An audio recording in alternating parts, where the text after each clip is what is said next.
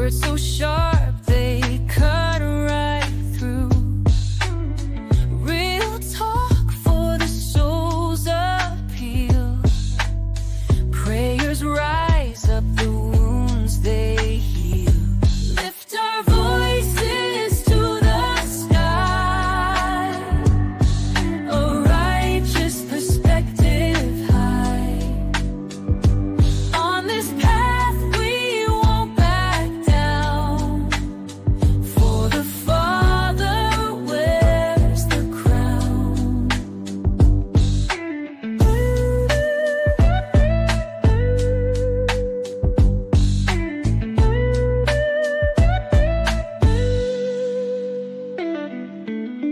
Each step brings another fight.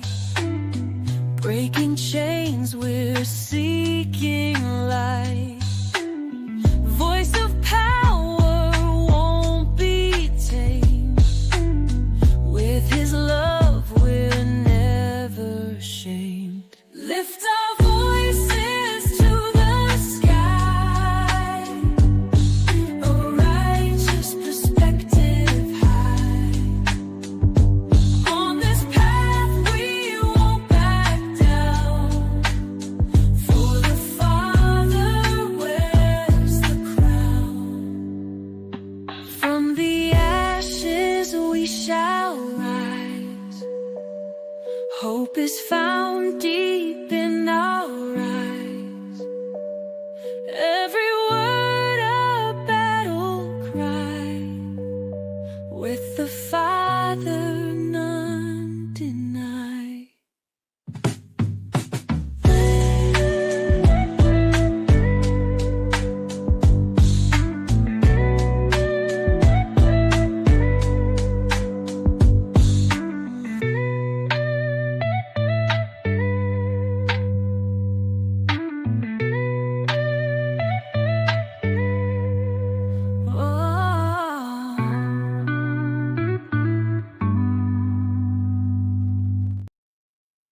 What's going on, everybody? Welcome back to ARP in the morning. I'm your brother Wise. I appreciate you guys pulling up this morning. Grace and peace to each and every one of you guys. I hope all is well. We have a heck of a show today. All right. This is show 2, live stream 2 of the new year. I know you guys, you got used to this thing being Monday through Friday. I just couldn't handle it, so I had to switch things up. So we're Tuesday, we're Friday, 9:30 a.m. Eastern Standard Time. Come pull up, come check us out, come hang out with us. Tuesday's show was phenomenal. I expect that today's show will top Tuesday's show for sure. We have an excellent group of people. I think everybody is here already, so we'll get them pulled up here in a quick second. But before I do that, I want to make sure that I show some love to my folks in the chat real fast. There's a super chat, and y'all know my brother Hunter always comes through to get the show started off properly with the Bible verse. So we will read that. We'll show some love to my folks in the chat. Then we'll bring my folks up in here, and we'll get the show kicked off. Remember to hit the like button for me. Super chat, super thanks are greatly appreciated. If you have any questions for us, the best way to get that question answered is via super chat. Or if you are a member, just do a member chat that will get acknowledged as well. Those questions or those, statements, they'll get put to the forefront. All right. So hit the like button. Like I said, super chat, super thanks are greatly appreciated. Thank you, Hunter, for coming through with the Bible verse of the day from 2 Corinthians chapter 5, verse 17. And it states, therefore, if anyone is in Christ, the new creation has come, the old has gone, the new is here. Thank you, Hunter. Appreciate you, brother. Shout out to Tommy Radband with the $5 super chat. And you know what? I'm going to read that later once I get my crew up here, because one of them may want to answer said question. Shout out to my blues in the chat this morning. What's going on, B? Good to see you this morning. What's up, Zeph? How you doing this morning? It's good to see you as well. Is Lori Otteson in the building? I don't think I seen her this morning. What's up, Nanny? How you doing? Obviously I gave my guy Hunter some love. Shout out to you, brother. What up, Papa Dodd? Appreciate you pulling up this morning. Appreciate you guys. What's up, Cool Ramon? How you doing this morning, man? It's good to see you in the chat this morning. Who was that? Is it Holly Weaver? Sorry about that. Appreciate you pulling up. Appreciate you pulling up this morning. Thank you guys very much. What up, Truth Consequences? Appreciate you pulling up. Junior, what's going on with you, bro? What up, Scott John? Tennessee in the building. Shout out to you. Appreciate you pulling up this morning. Yep, we got the J Witt podcast in the building. Shout out. What up, Jane Fecto? How you doing this morning? It's good to see you in the chat.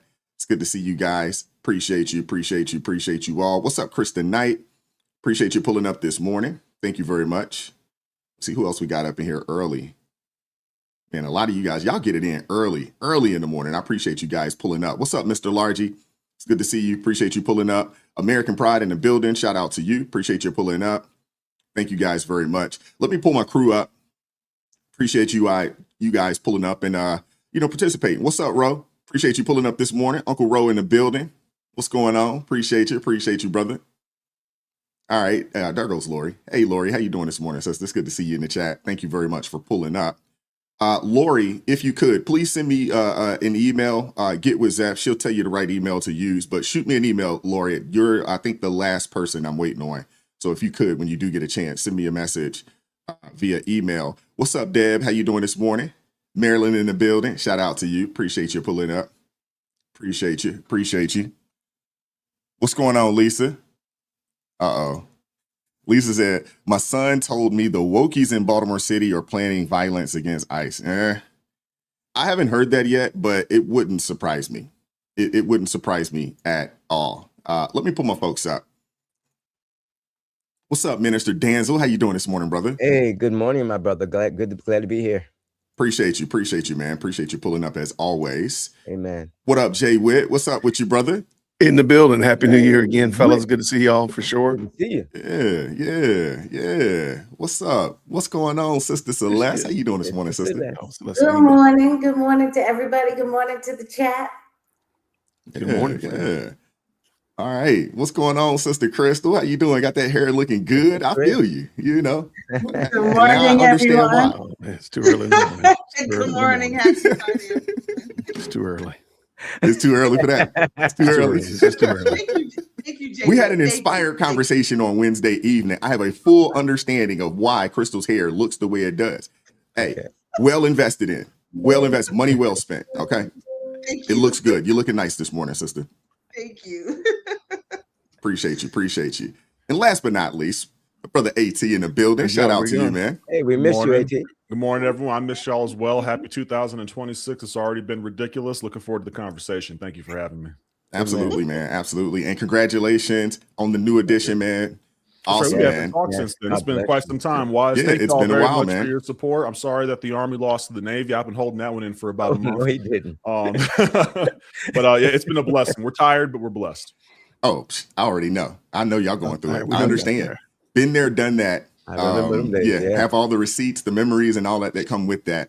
I understand what you guys are going through, but it is a blessing, right? It's Yes, a sir. blessing. Absolutely. So She already won enjoy the it. Twins next, so we're batting down the hatches for it. AT, Oh. all I can say is please keep you do a lot of videotaping. Yeah.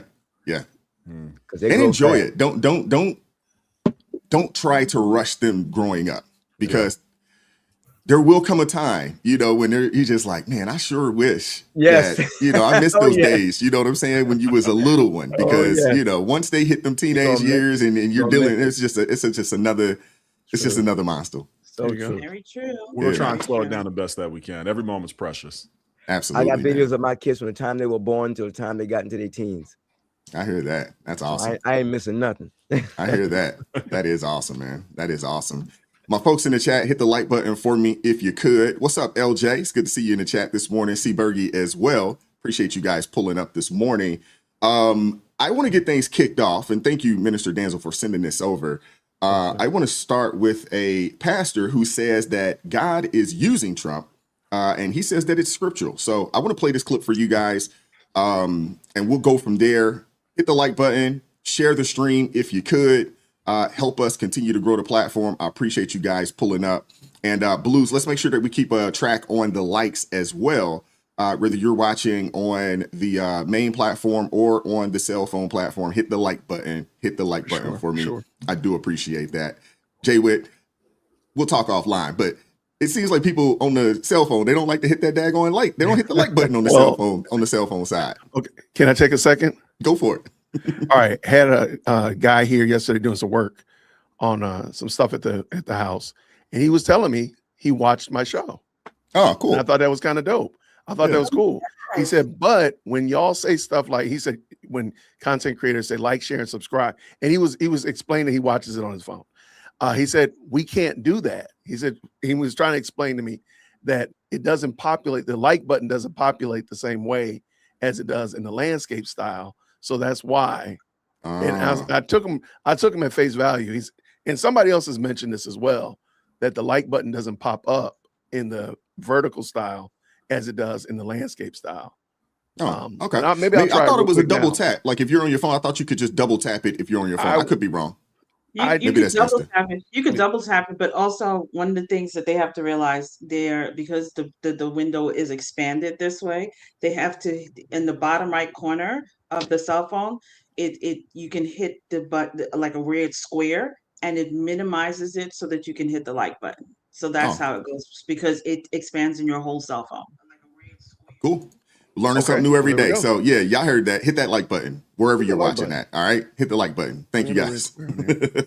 Let's get into it, man. Let's get into it. Anything negative about the president, just pray for him. Because God is using that man outside your understanding.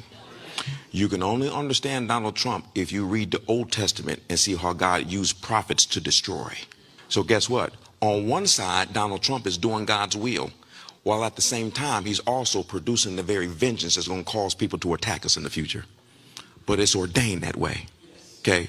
They are dancing so much in Nigeria because Donald Trump went over there for one reason and brought it with the United States military. He said, oh, you want to kill Christians? Wonderful. We're going to kill you. And we sent a bunch of military people over there, and they just start knocking down terrorists like you do at the bowling alley. He said, this is return for what you're doing to Christians. So the Nigerians are dancing. Then I woke up this morning and found out that Donald Trump then bombed Venezuela and kidnapped the president and his wife and brought them back to America. I was like, what? Do you realize how crazy this is? Your president said, y'all won't stop with the drugs over here. And I have known for decades. He gave him a chance. He said, okay, stop. We first gonna start bombing your boats. How many know for the last few weeks our military have been bombing all the boats bringing drugs to America, killing your kids. They want evil in this country. They want drugs to keep the systematic. Never mind. They said we have overwhelming evidence that the president of Venezuela was in cahoots with the drug dealers pouring drugs into America.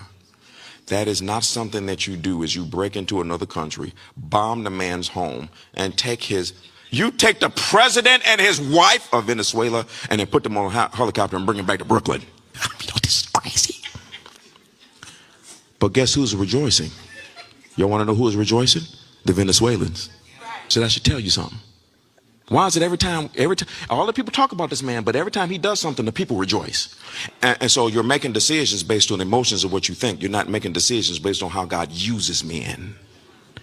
When you see how God is using this man, he fits so easily into scripture when God gets ready to judge evil. And the men that he always uses to judge evil are always crazy.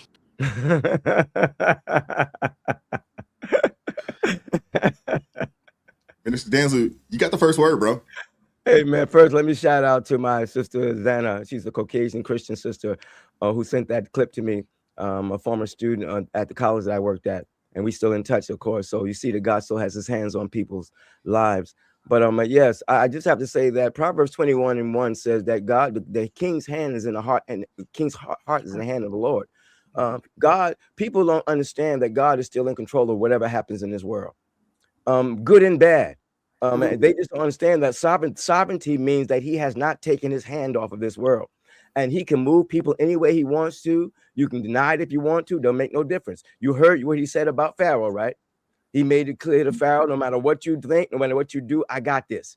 And his will is going to be done. So I think that it can be, people can get crazy and say that God did something that was really, really bad when it wasn't him. But he has control of everything that goes on in our world. And so I thank God for like I said, had Trump not been elected and won the election, we would have been in a horrible state as a nation. And with all the things that they tried to do to get rid of him and to make sure he did not become president, you cannot deny there was some kind of divine providence involved in there somehow, because they did everything they could to keep him out. Absolutely. AT, I'll give you the next word. Yeah, I appreciate that because I always wonder where someone's spirit is aligned whenever they directly feel the need to attack the president of the United States. I mean Trump, I mean Biden, I mean Obama, I mean Bush, I mean all of them. There's not a single leader that's ever been in place that God did not allow to be there in the first place. When you assume that someone slipped in the cracks, you're saying that God does not have absolute sovereign will and judgment over the entire world. I mean, everyone can go to Pharaoh, and you took it from me, Minister Danzel. So how about Nebuchadnezzar? There's so many, the Assyrians. There's so many different examples in the Old Testament of leaders who, if we were living in that time, we would say, this is awful. Someone please redeem us, get us away from this horrible, evil individual. And what's worse is we look at what Trump has done. And I get that some people think it was too much force, some people think it wasn't enough. It was something. It was an action. It wasn't the bounty that Biden put over the Venezuelan president. It was $20 million. It was actually doing something that is going to have tangible results. And what I also recommend to people is if they're saying that Trump is evil, that Trump is not aligned with God, and you're ignoring all the times that he has proclaimed Jesus Christ, stop having fruitless arguments with individuals who do not know Scripture or do not put the proper authority that Scripture deserves when it comes to challenging things in life. You may not like it. I get that. It'll probably make you cry and you'll discuss it at parties. But at the end of the day, no leader has ever been put in place that God does not have control over, that God did not give permission. That's just black and white. If you have an issue with that, you can call me a Trumpy or whatever it is. I will just remind you that you do not believe in Scripture fully.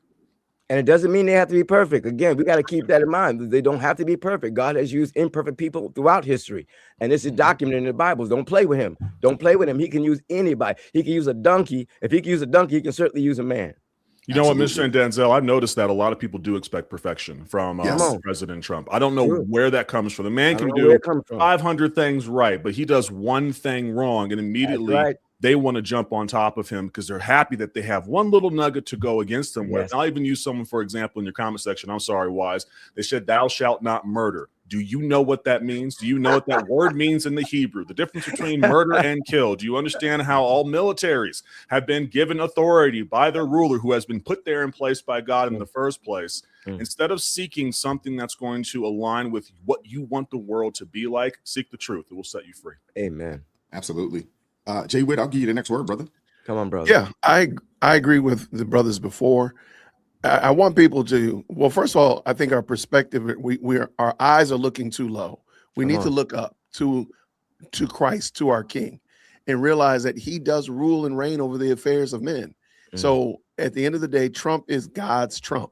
And you know what? Kamala would have been God's Kamala. That's right. Biden was God's Biden. Whatever. I mean, just stop it. All of your elected officials, actually all of us, are in the hands of God. That's right. And at the end of the day, however he chooses to use you, however he chooses to use us, however he chooses to use your elected official, is to his good pleasure. Sovereignty. And I think people, that truth right there, really, people need to sit there and think about that for a second and realize that, am I trusting in man or am I trusting in God? At the end of the day, allow that to rule and to guide you and to shape your politics, to drive your cultural discussions and the stuff you're saying at the water cooler. Because too many of us, I really think, have lost the fact that God is in control. Like I'm not trying to make it too simple, but it really needs to be that simple, that God is ultimately in control and he's ruling over the affairs of men. And who knows what was the purpose? I mean, when you see all those Venezuelan political dissidents and political prisoners being released yesterday, explain to me why that was bad. Explain when you see our brothers and sisters in Nigeria celebrating the Venezuelans being freed and they themselves being freed. Come on. Explain to me why that's bad. I'm just trying to understand, and I'm not trying to be obtuse. So instead of, hand wringing and woe is me, I understand orange man bad, but maybe you need to stop looking at the orange man and you need to look at he who sits on the throne and rules over Trump and over us. I'll leave it to y'all. Absolutely. I have a question for you guys in the panel. In reference to Venezuela, or any situation where a dictator or someone that, obviously has a bounty on their head, is there a nice way to go and get this guy? They said, well, we're glad that we're glad he got him, but he could have done it a better way. Is there a better way? Wise, ask the people that said that to answer that question. There you go. Put the The question. onus is not on us to come up with a better solution. Thank you. I'm fine. I voted for the solution that we got. That's what I'm good with that. Come You on. say it should have been different. Tell me how it could have been different. There you go. There you go. It's really And then I hard would to only ask imagine. my only subsequent question would be, how long has the bounty been on his head? Thank you. Come And on. why has it been on his head that long? If Come it was on. on his head for 10 minutes, it was 10 minutes too long. So why your solution would have worked? We should have got him in 9 minutes and 48 seconds. Thank you. Come on, brother. Why did that not happen? I'll wait. Come on. It's hard to imagine a different solution to this. I mean, I guess technically, not to be tongue in cheek, but you could have assassinated him, I suppose, without having to bring him back. I think bringing him back to have him stay in trial is the move to show that we are going to give him his day in court. He's going to have an opportunity to face the legal system. Objectively speaking, if you don't agree with this, go read a book and come back to me. He has done things that have flooded into the American system and has caused harm to the American people. So we have to address it. The bounty was not working, so we sent in those boys. And I think it also had a good effect on the world stage. Trump has shown that while Biden might have weakened the military, and we looked very soft after Afghanistan, between Iran and between Venezuela, people have started to remember that we can laugh, we can joke. Do not play with the United States military. Ladies, we're gonna give you a chance, but let's listen. Last thing I'm gonna say is that, Wise, you said it right. No matter what Trump does, they're gonna say it was wrong. Matthew, the 11th chapter, Jesus said the same thing about the generation he was in. He said that John the Baptist came, not eating, not drinking, and you said that this guy is weird. He's demon possessed. I came eating and drinking, and you said, man, you had a problem with me. No matter what we do, you got a problem. So this is where it's gonna be. People that don't care about right, they're gonna find any fault they can find in him, no matter what he says. If he belches, he committed a sin. So that's just where it's gonna be. Absolutely. Come on, Crystal, get in there. So when I see some of the comments of some of the people and things of that nature, I just know that they don't read the word of God, because they wanted a man who skips through lilies and smells the roses and talks quietly and nicely, except they don't know who Jehu is. And if you go read up on Jehu, Trump has the spirit of Jehu as well as the spirit of Cyrus. And we all also named the spirit of Nebuchadnezzar. But let me just remind people, Jehu was raised up to tear down corruption. He dealt with everything from idolatry to the moral decay that was going on in Israel. Jehu was loud, unapologetic, and he could not stand the elites. He was the elites that were sitting here doing the things that they were doing. He was not for it. That is why he went in and took care of King Ahab and Jezebel, the Jezebel spirit. He also exposed false worship. So all of these fake Christians that are out here saying that they know the word of God, clearly they don't know the word of God, because if they knew the word of God, they would recognize that in this time of judgment, which is what we are going through right now, because of all the things that we've been experiencing up to this very moment. Look at the chaos. They had to cancel school in Minneapolis because these people ain't got no kind of common sense. But people want to say, no, we should have done it nicer. You don't know your word of God. You don't know who God is. You may know of God, but you don't know God. And until you know God and until you receive his Holy Spirit, you will not recognize what is happening here.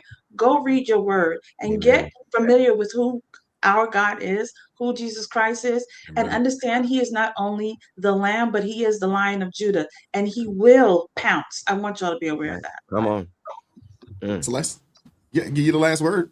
Okay, well, to the question of whether or not that there was a better way to get the bounty on Maduro's head, the answer was we just saw the best way.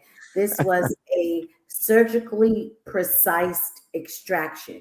It was tantamount to the old game of Operation, where you had to take the tiny little tweezers and get the body part out without touching either side, or else you were out of the game.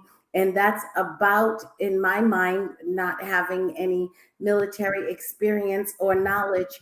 That's about, in my mind, how precise they had to be to get this man out and to bring him back alive and his wife to the United States to stand trial. So I don't think that there is a better way, and I don't think we have an example in history of how it was done better than this. So I think that even the people who are saying, well, he could have done it this way and could have done it that way, simply then show us that time in history when it was done and Come it was on. better, and we'll all say you are correct and we owe an apology and need to go back and do it better the next time. But until they can cite a time and a person where this actually happened better than this, because anybody I've ever seen, even the little TV shows, the whole point is to bring them back alive to collect the money. Come So on. I don't think it could be better. And whether or not this is an issue of divine providence, I certainly don't doubt that this president and all presidents, not just Donald Trump, have a divine providence. What is our prayer is that this divine providence is for good and continues to be for good. We also know in the Bible that the devil makes evil fair seeming. And so while I am celebrating along with everyone else, and I am very pleased at the state of play, how things have gone, I always want to keep a little bit of a critical eye open and available, because I always want to know when you have people who have great positions of power, who have great communication skills and charisma, there's always a chance for corruption. And so what our job is to remain is to remain critical while being supportive, to try and keep our leaders to do the right thing. People, when they feel like no one's looking, will are very easy to kind of backslide and do a little of this and do a little of that. But if they know all eyes are on you, so keep your promise and walk the walk you told us you will walk. It's always going to be all good. So while I support, while I'm enthusiastic, and while I'm thankful, I still always want to be a little open and available to say, nobody gets a free pass. That's Nobody. right. Not in that position. Nobody. That's right. I agree. And I think that, we should look at the administration critically, and we should judge them accordingly. That's and when we see something that we appreciate and that we can say, what, we can get behind that, we can say that we can get behind it. And when we see something that's, off, we should be able to speak up and say, hey, this isn't right. Amen. And I think, but that is the difference between those of us on this side of things and those on the other side of things. Come on. That is the difference, what Celeste just described. Yes. Stark contrast. Yep. But I'll say this. There's no easy way to take down a dictator. Did they think that this guy with a $50 million bounty was just going to say, hey, Trump, hey, you got me. I'm going to go turn myself in. Did they really think that? We can't get dudes with $1,000 warrants in our country to just turn themselves in. A dude with a $50 million warrant is going to do it? Come on, man. It didn't make sense. When a Democrat went and got a dictator or a violent person, did they make that kind of complaint? Oh, absolutely not. Of course not. You see the hypocrisy? Yeah. It's ridiculous. Ridiculous. Couple super chats and we'll keep it moving. Shout out to, how do you say that? Tommy Raddan with the $5 super chat says, what do you think of when I say immoral, selfish, pleasure pen wearing materialists who hate accountability and just want to keep moving forward the left? Can I? Go for it. So if I'm picking up what I think that individual is saying, then I wholeheartedly agree. He basically just took the entire mentality of the left right now. Immoral, absolutely. I want to do whatever I want to do. I don't want to hear about the consequences. I don't want to hear how it's going to impact my life. He said it was selfish. I shouldn't have to explain that one. A lot of people on the left focus on how does this impact me and only me and the things I care about. If it means helping the entire country, but I have to sacrifice even 1%, I don't want to hear that. Yeah. And yes, they are the material ones. Most people on the left can typically name a lot of designer brands. They want to buy them. They don't care about building up for the future necessarily. Put me in New York City, put me in Miami, put me in Austin or whatever it's at. Let me get the nice car. That's who those ads go out to. They're going out to conservatives to go buy a new Mercedes. Let me get the nice dining area and an experience. Let me spend $200 for the chicken. I could have made a little bit better for about $5 at home. And that last point about accountability, liberals do not like accountability. They've made that crystal clear over the last few years. Absolutely. Appreciate that. Shout out to Papa Dodd coming through with the $5 super chat. Says, the greatest lies are hidden in partial truths. TJ, I'm TJ, if you're wondering. Okay. Yeah. Appreciate you, bro. Shout out to Ballin93 with the $2 super chat. Says amen, brothers and sisters. Appreciate you. All right. Appreciate you, Rose K, coming through with the $5 super chat. Says AT's wife here. Okay. Shout out to Mrs. AT. Hey. Appreciate you pulling up. Thank you for the $5 Hello. super chat. Thank you so Hey, much, Rose. Wise. God bless you. Appreciate you. Thank Bro, you. you only You're worth welcome. $5, AT. Hey, you know what? That's 5 times as much as I thought I was worth. So today's a good day, amen. Well, there you go. Okay. That's 98 cents. It was $4.92 too much. She thinks it's my Yeah. birthday today. That's why. Well, Miss Rose, thank you for the $5 super chat, and you are very welcome. Thank you, Rose. Love you. Shout out to Hunter coming through with the $5 super chat. Says some of the greatest prophets and kings God used was some of the worst people before he changed them. Trump is another great example. Amen. Okay. Thank you, Space, Crime, and you say that? Is that Chisholm? Chisholm? Okay. $5 super chat. Thank you. It says, if Democrats have the answer, why is California so bad? We are under complete Democrat control. Well, we could name a few other states on that list as well. Thank you, LJ, for the $5 super chat. She says, I'm jelly that I'm not still in the Army for these beast missions. They're going to be bragging for years. Hats off to the Air Force, Delta Force. Hooah. All right. Hey, LJ. Absolutely said that wrong, but it's okay.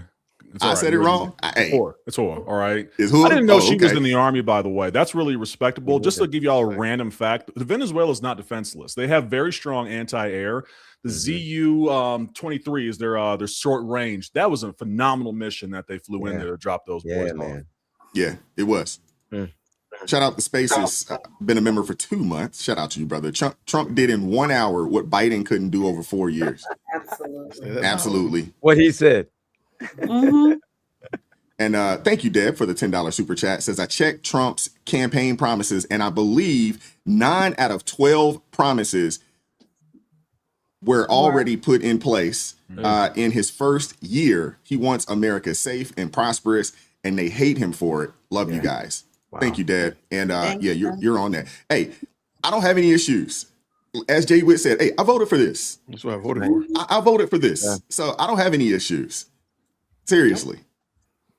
I just want to throw something out there. Imagine what it would be like if more of the country was supporting his vision, what he's done, versus fighting against it. Can you imagine where we would be? What we could accomplish. What we can accomplish the majority of America, even our major cities. Let's just use our major cities. The large major cities that are going completely bat squeeze crazy were actually like in support of what he's doing. Man, we would be cooking with grease, man. I'm telling you. Oh, yes. Yeah. Absolutely. Absolutely. We're gonna keep it moving. I'm sure you guys are familiar with what's going on up in Minnesota. We're gonna be here for a little minute. There's actually 2 segments I want to go through. We're going to start with the protest first. I'm going to play this clip here. We'll let this thing rock out because I had to kind of piece this thing together, so I didn't have to. So there was some work on this, but I want to play this for you guys, and then we'll get into it, get your thoughts, and then we're going to go back to Minnesota with the fraud and with Tim Walz being in the hot seat. I think he might what's hotter than hot right now. That's where Tim Walz is right now. But we'll start with the protest. Boiling. She tried to use her vehicle as a weapon, mow over an ICE agent, and now she is dead. And her death is tragic, but at the end of the day, it was completely avoidable if she would have simply followed the commands of the ICE agents. But what really is more disturbing to me is Governor Walz's comments about using the National Guard to keep the federal government ICE agents out of his state. He has now gone full Jefferson Davis, and that's what I would call civil war. This is a problem. The left always does this. They always clamor for more violence. They always clamor for more rioting. Many they've already burned to the ground. The violence must stop. We must respect law enforcement, respect this president that said, I am going to clamp down on illegal immigration, and Minneapolis has become a cesspool for illegal immigration, and we're not standing for it any longer. Well, I said this yesterday. We've never been at war with our federal government. I think in this case that the National Guard is their main mission. They have a dual mission. Whether or not it was a justified shooting or not will be determined. But I think there's no question, A, she was there illegally. B, she did accelerate trying to hit an officer. And yet I was reading through all of the various different media organizations. This was AP. This is their headline, the Associated Press, the people that everybody gets their news from in terms of news organizations. Woman killed by ICE agent in Minneapolis was mother of 3, poet and new to the city. Playbook this morning. The latest from Minnesota. Hundreds of people joined vigils in protest last night following the killing of 37-year-old Renee Good by an ICE agent. The tragic details of the deceased, a mother of 3 and a devout Christian. The Today Show, Craig Melvin, outrage after ICE shot and killed a woman. Let me ask you this. If you only didn't get to see the context that we provided this morning, what would you think after reading those headlines? That ICE went out, in my opinion, I'd be like, wow, ICE went out last night and shot a woman because she was a devout Christian and poet. Shut these streets down. Yes. Again. Make the city pay. Again. And again. There was one about losing money when George Floyd died. We as a people can cause them to lose more money now. If we don't stand together, we're gonna fold. Together we stand, divided we fold. We as a community got to stop talking and do the work. We cannot wait till somebody die again to do the work. ICE is a demon. They are not human beings. They are killers. I quit my job for this, and I've been having flare-ups and stuff, so it's like I can barely, and I have panic attack. You said when you heard the sirens, you immediately ran out. Where were you? I was about 15 minutes away. And what were you doing? I was disassociating on my bed. I mean, I might as well put my time to something useful. If you've seen the video, everything, it was not self-defense by that terrorist. It was not. How did your boss respond when you quit? It was like a part-time. I'm getting back after a lot happened recently in my life, so sometimes disability takes my life over, and I'm still kind of in shock.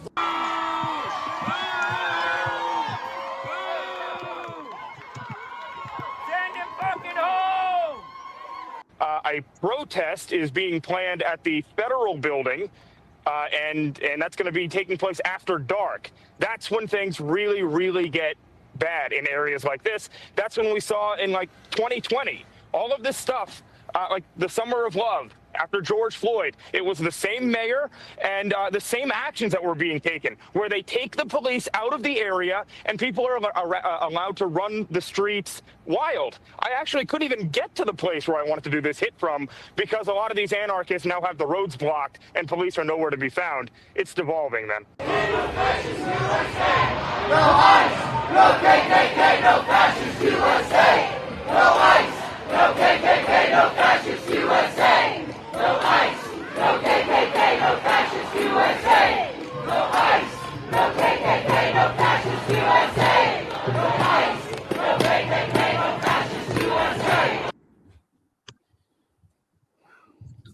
We'll start with you, Celeste. I'll give you the first word on this. You can go with it wherever you would like to go. I think that Governor Walz's rhetoric is extremely dangerous. If his first comments after the the tragic fatal shooting were highly inflammatory, but now he has seemed to escalate, and maybe because he knows he's not running again, he's got the gloves off. There's nothing to hold him back. He is now loose to be, in fact, who he really wants to be. And his rhetoric now is tempering on sedition. Is Minnesota succeeding from the Union? Is this a declaration of civil war? Exactly what is he talking about? I would love to see the bought and paid for media actually question that, because the only thing I think that could put him back is if he had a strong line of questioning and was forced to have to actually tell the people, because this sort of slick innuendo of let's throw down the gauntlet and make a side declaration of war is very, very serious. And the people of Minnesota, who may be under the false belief that they're just having a protest for an injustice, which I don't believe is true. I believe a lot of those people are paid agitators, if not the majority. But if there are some, and even those in their homes who did not go out, you need to know what your governor is about to put you up to, because he's going to talk, he's out here writing a check that you all have to cash. And the check is going to be declaring an insurrection. So I have seen some Democrats say, wait a minute, hold on, let's not go too far. Because the one thing I don't think the Dems want to do is the Dems do not want to have a civil war while they are out of power and not in control of the military, because that doesn't work well for them. If they were going to purposefully create conditions for a civil war, I think they'd want to do it when the apparatuses of power are in their hands and not in Donald Trump or in Republican hands. So I think we may see some quelling of this type of rhetoric, but I would really caution the voters and taxpayers of Minnesota to realize, don't let your leaders go up there and start running their mouth and write a check that you got to cash. You need to pull them back. You are the government. You are responsible there. You are the sovereign citizen. Stop sitting in your closed door with your mouth shut and allowing people to run roughshod over you and put you and your children in harm's way and in dangerous situations. Take control of your state. AT, I'll give you the next word, bro. I hope that Love Jones is still down there, because I need somebody to co-sign me on this from the military. Celeste, there's one thing you said for the first time I disagree with. Today is a special day because I'm always right on board behind everything that comes out your mouth. Democrats could be in office. It's not my birthday. We're gonna pretend like it is. I'm going with your wife on this. You said that the lucky Democrats aren't in office. You don't want to have a civil war when Democrats are in office. They could be in office. Who's gonna fight? Honestly, who's going to fight? What service member is going to say, oh, yeah, absolutely, let me start gunning down American citizens because they're upset that someone broke the law and lost their life in the process? I had to listen to that video, and some things stuck out to me. See, when we were doing this training called SEER in the military, they would not refer to us as service members, soldiers, he, she. They would call us animals. They would teach us that people who want to demean you won't refer to you as any kind of human mentality. They want you to lose that humanity. They said ICE is a demon. They are not human beings. It's a quote that they just said. They said it was not self-defense. It was a terrorist, is the word that came out of that young woman's mouth who's apparently never worked before. This is what we see coming from the left all the time. Y'all have kids. Y'all know what toddlers are like. When they get upset, they throw things around. When liberals get upset, they have a protest. No one's asking the question as to why was she here illegally. No one's asking the question as to why she ignored commands from a law official who carries a badge, who has rights given to them in order to enforce their area of expertise. I don't even call it tragic. I'll tell you the truth. I hope that she knew Christ. I hope that her family is able to move past this and learn from the experiences. Teach your children that if you do not listen to someone who has been given authority to enact the law and to enact policy, what can happen all the way on the left is a warning, all the way on the right is you losing your life. That's just the way that things work. But we have been telling a lot of individuals, especially in these cities, especially in blue states, that you can have it your way. It's Burger King. Any way you want it is the way that the law has to be. You don't want this person to get in trouble for breaking the actual law. You don't have to get in trouble for breaking the law. Matter of fact, you can get upset with anyone who tries to enforce the law against them. If they're on your team, we have people out here talking about George Floyd. Please, someone explain to me what in the world this has to do with George Floyd. I'll wait. I really will wait, because at this point in time, you just don't know how to take a loss. At this point in time, you don't know how to accept a reality that is right in front of you. You want to continue living in a cartoon world of your own fantasy and creation, and now reality is screaming to the surface, and Tim Walz is leading that charge. Minister Danzel, you'd like to get in there? Yes, thank you, Celeste, and thank you all. Celeste, you give them too much credit as Democrats. I think that you're too kind. Rationale is not their normality. I want to say that this is very important. Remember what I said on Tuesday about why it's so important for people to make sure they tap the right sources to get their information. You saw that Newsmax clip you played, Wise. The man read the kind of media responses that was being put out. The complete irrational, dishonest perspective on what was being done and what happened. And people believe that mess. And he said, yeah, if you listen to that, that's all you listen to, you will come away thinking, yeah, these people are crazy. We got to do something. Now, what is a mother of 3 children who are actually obviously home? Poet. Right. What is she doing out in the street going up against the law and using her car to run somebody over? A woman, your responsibility to your children at home. What in her mind? What did she grasp in her mind? What did she get? What information she get to make her think that that was the right thing for a mother to be doing? Mhm. It's scary. It's so sad that we have allowed our media, our political leaders, to speak stupidity, and I think Brother Brandon Lehman, he did a great analysis of it, talking about how the left have been speaking this rhetoric so powerfully that their followers are just completely out of their mind, and they think that what they're doing is right. Now, and then Tim Walz gets out here. He says, "Listen, we putting our National Guard on radios as if the president doesn't have the power to nationalize their National Guard." Yeah, I mean, the irrationality is so blatant. We have to pray and we have to talk, because people are so irrational that they don't think rationally, and this kind of thing is getting mothers out in the streets doing this kind of thing. This is crazy, and this is not an abnormal thing. This is a regular thing. You see the crowds. They saw media was showing people in the crowd saying, "Death to ICE, death to ICE." Now, why is that justified? Why is that allowed? Mhm. You are calling for the death of legal law enforcement. How can you get away with that in this country? You call that free speech? I'm just saying. If we don't stop the man, thank God, if Trump does not do what he's doing, it can get a lot worse. And if we don't start addressing these people's madness, it's going to get a lot worse, because people are going to start picking up arms. They're going to start going out there with guns, shooting at our law enforcement. They won a civil war because that would make Trump look bad. They don't care about what's right and wrong. This is the danger that we're facing right now. Minister Danzel, you're absolutely right. You're absolutely right.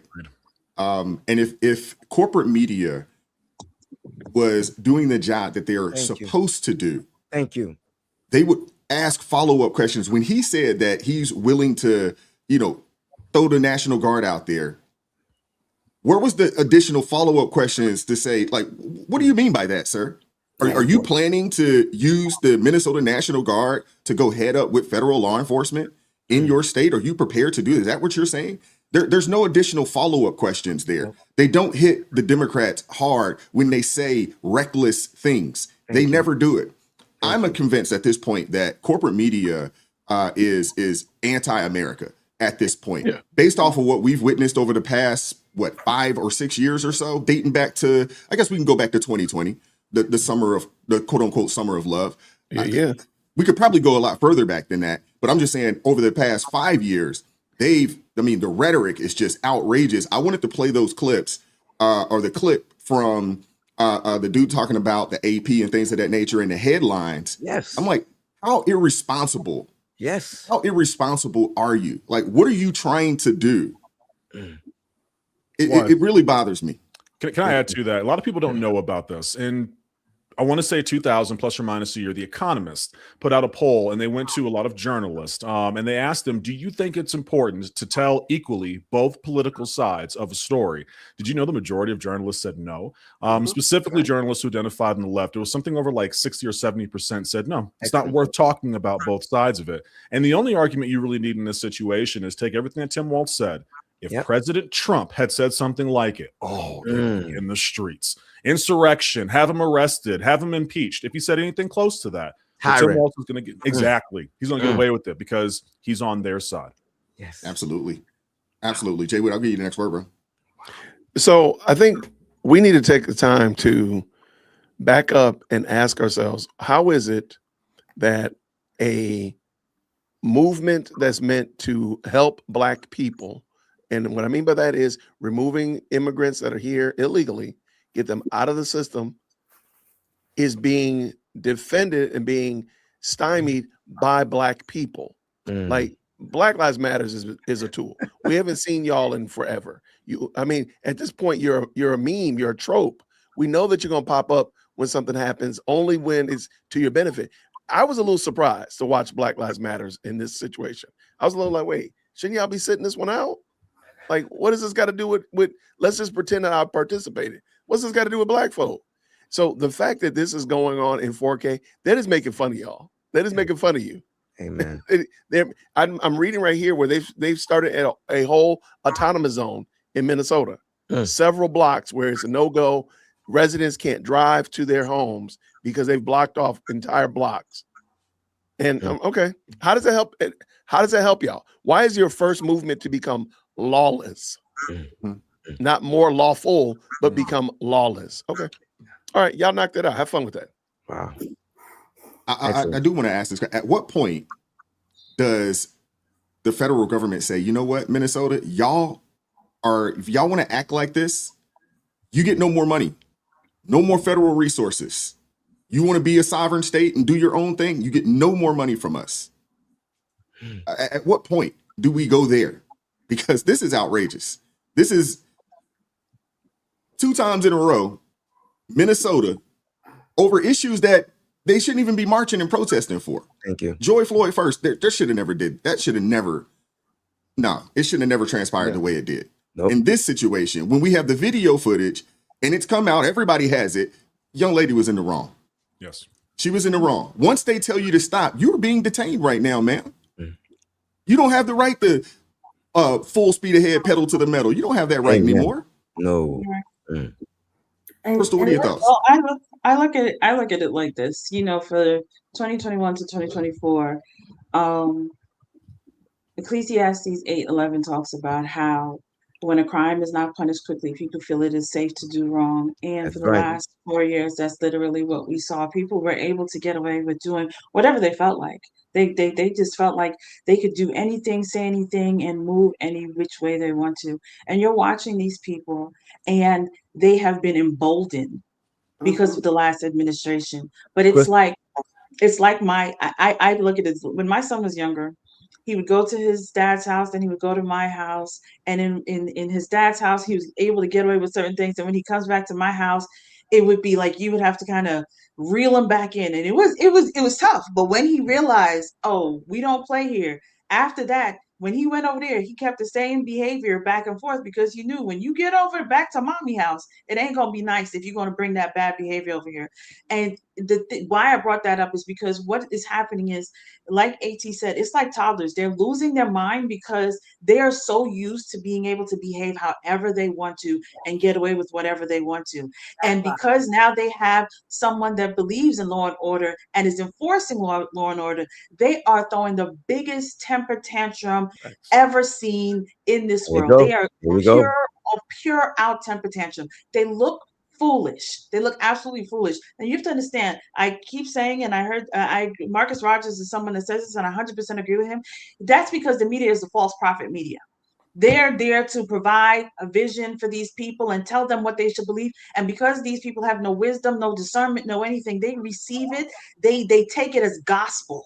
They will believe, even if their eyes see the truth, they're not going to accept it because their prophet, the false media, told them to believe this crap, and they Come on. receive it. They were like, you know what? Even though we saw that she parked across the way, even though we saw that the agent told her step out the car, even though we saw her accelerate and head straight to him, it was not her fault because she has 3 kids. And common sense doesn't tell you, as a mother, what in the world were you doing out there? You should want to live more for your children than for people you don't even have any dealings with. That should have been your top priority. But no, you don't care about that because you have given yourself over to Satan. You have given yourself given the devil a foothold in your life. So when God gave her grace, and I'm going to say God gave her grace by telling her, the ICE agent saying, get out the vehicle. She had grace right then and there. And she decided to spit on that grace. Amen. And she decided to accelerate towards officers. And again, free will does not allow you to be free from consequences. Please believe you're going to face the consequences. Your free will doesn't mean you don't face consequences. And I just want to add one more thing. because I used to work on the left, I'm going to answer your question. Come on. Because I used to work on the left. Okay? Because I used to work for these nonprofits and I know exactly what they're doing. You see, what happens is, because right now they're starting to protest in Atlanta. We heard they're going to protest in Baltimore. They're going up into New York City. You see, what happens is one group says they're going to protest, and they make a phone call to another group. And another group says, hey, we got to organize our volunteers and our paid protesters. We need to get them, because they do have paid protesters. I just want you to know they do.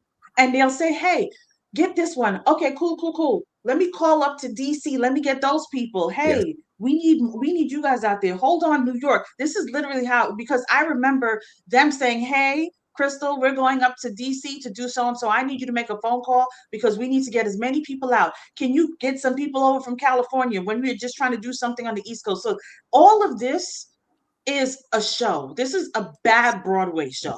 This is not real. Half of those people don't even believe in the things that they're saying. They would rather just cash those checks that they're receiving. Just put it that way. So I want people to understand what they're standing for. They have no idea. The ones that are watching in the media and in the comments and saying, oh, y'all are supporting the Orange Man. No, y'all are supporting a big lie and y'all don't even know it. These people set you up and put you in a place where there's distraction, because you know what? I will agree with Black Lives Matter with that. United we stand, divided we fall. And right now, that side is trying to divide America so we can fall. But the rest of the patriots across America, oh no, we're standing. And y'all are not going to win this battle. Wise, let me give that scripture for that Crystal brought up. Ecclesiastes 8:11. It says that because sentence against an evil work is not executed speedily, therefore it is fully set in the hearts of men to do evil. If you don't take care of what's wrong right away, people will get confident. Excellent point, sis. Super chats I want to read, and we'll keep it moving. Shout out to Greg Williams for the $20 super chat. Appreciate you, bro. Thank you, LJ. Been a member for 7 months. Says Walz looks like the Lorax. Oh, Lord. Thank you, Christine Owens, for joining the ARP family. Appreciate you, Christine. Thank you very much. Shout out to Stifler's mom with the $10 super. Goodness gracious.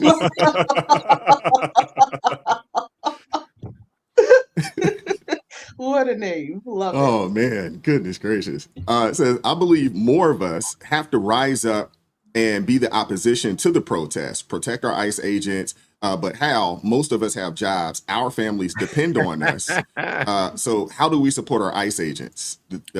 By voting. By voting in individuals that have good leadership principles that you know are going to execute exactly what that office says that they're going to do. That's how you do it. And that includes the judges, because again, people get into the elections and they pay attention to everything else, but when they get to the judges, they'll be like, "Oh well, I don't know who this is, but I'm just going to say yes." Yep, abacadabra judge. Research. Yeah, we got it. You got to do research on these judges, right? Man. You see how these judges are working against Trump. The craziness they're doing is like they should have been dethroned a long time ago. Amazing what they're doing to try to stop him from doing what he has to do. We got to fix that whole system. Yeah. I'm with Amethyst 100% here.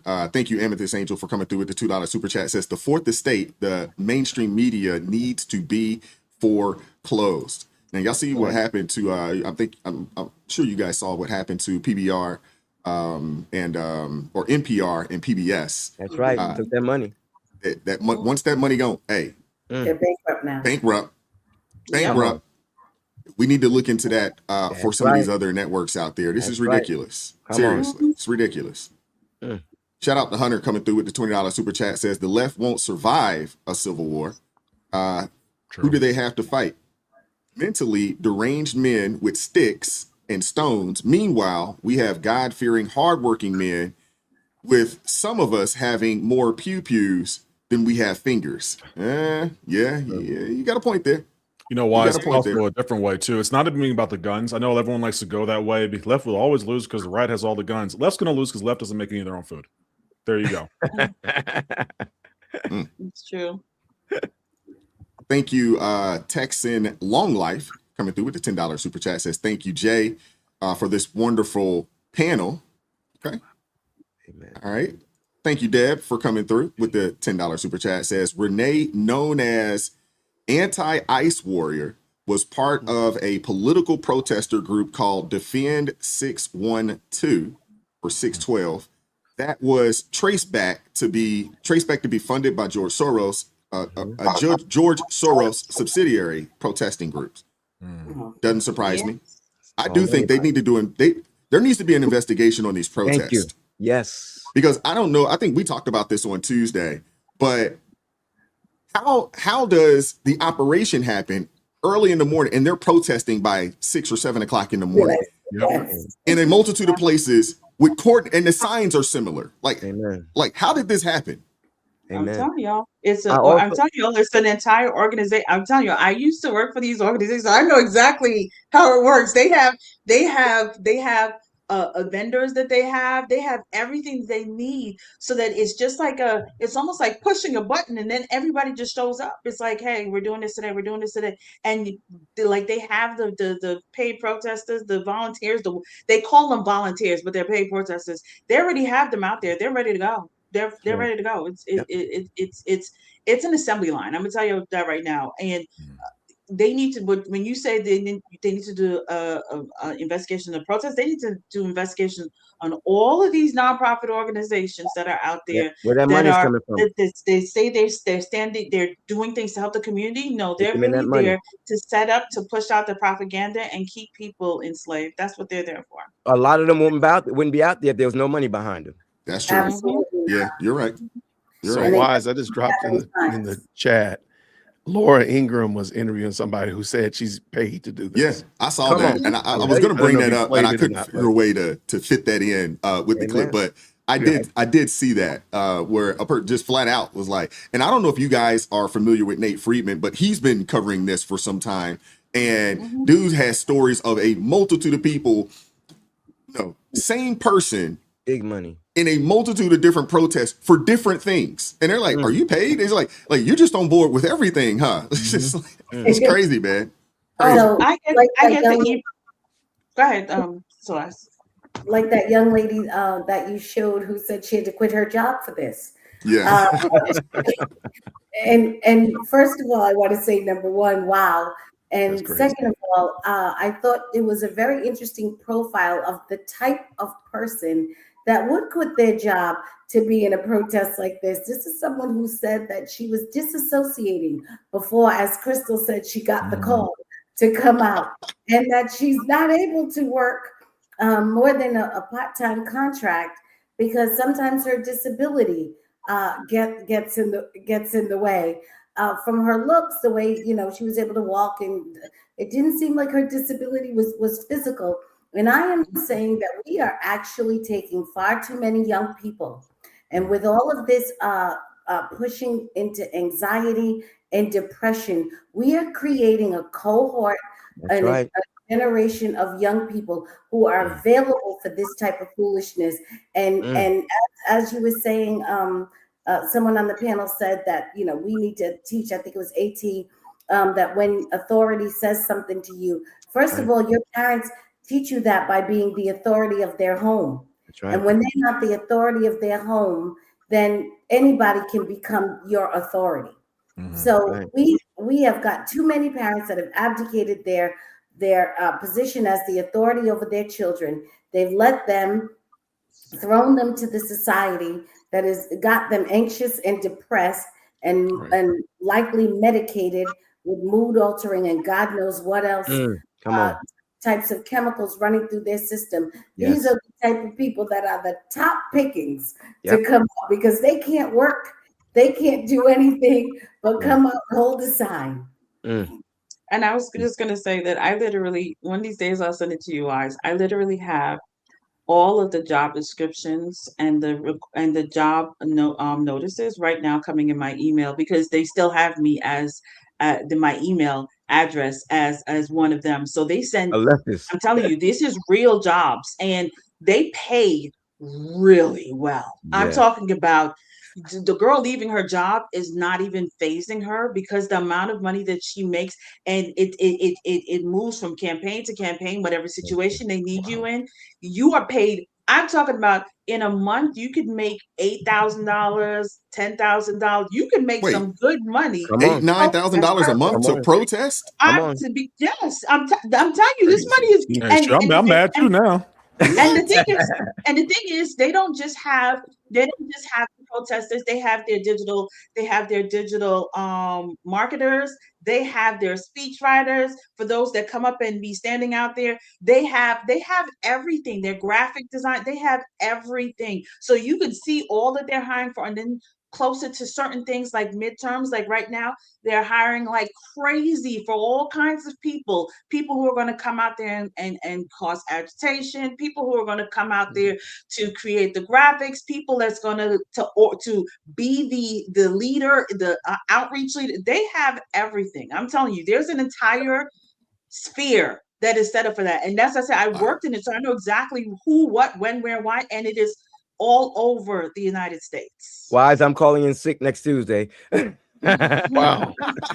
I'm calling in sick next Hey, Tuesday. somebody needs to do a real expose on that. Somebody needs to do a real expose on Yes. the new institution of protesting. Yes.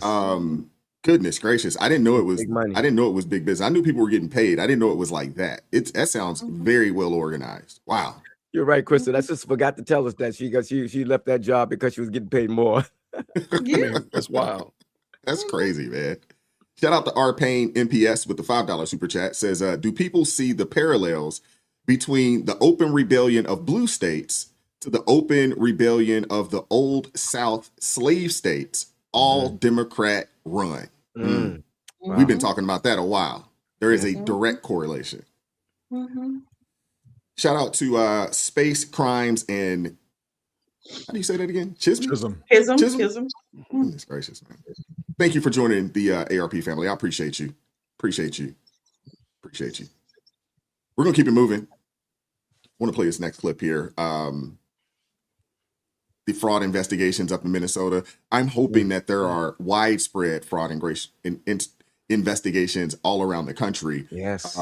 We can start with Minnesota. I'm good with that. But what we've uncovered in Minnesota, what do you think we would uncover in California? What do you think we uncover in Oregon? What do you think we uncover in Washington or New York or New Jersey or Massachusetts? Oh my goodness, Taxachusetts. We probably got it here too. So Maine, Definitely here. Maryland. Definitely I think it should be simultaneous, because while they're doing Minnesota, you better believe that people that are doing that in other states are doing everything they can to hide the money. That's Oh, right. well, they're already, I have come across some things where they were talking about, man, they're already, deleting and hiding and That's so my it's point. they're You are CYA for sure. simultaneous. They're CYA for sure. Yeah. Let me play this for you guys. Hey, thank you, Mr. Chairman. I think that it needs to be said that Governor Walz needs to step down. Him saying he will stay on to investigate is like O.J. Simpson saying he will investigate the murder of his ex-wife. Just doesn't work out. Hey everybody, Tim Burchett. A lot's been made out of what's going on in Minnesota, and a lot more is going to be. It's in the billions of dollars of fraud. A lot of people want Tim Walz put in jail. I doubt that's going to happen. Being incompetent was a crime. Most of Washington, D.C. being changed. So, Representative Robbins, do you have any examples of how the Walz administration blocked investigators from moving forward with high priority fraud investigations? Yes, we do, Mr. Chairman. I've met with whistleblowers and gotten documents from them about how after the original CCAP whistleblower report came out in March and April of 2019, subsequent to that, there was an Office of Inspector General within DHS that had investigative authority to do surveillance, warrants, and seize electronics, and they were shut down. They were told they could no longer do criminal investigations. They were told they could no longer meet with the Bureau of Criminal Apprehension agents that were assigned to them without supervisor's approval. And instead, when they found one of the other members talked about how they changed the language.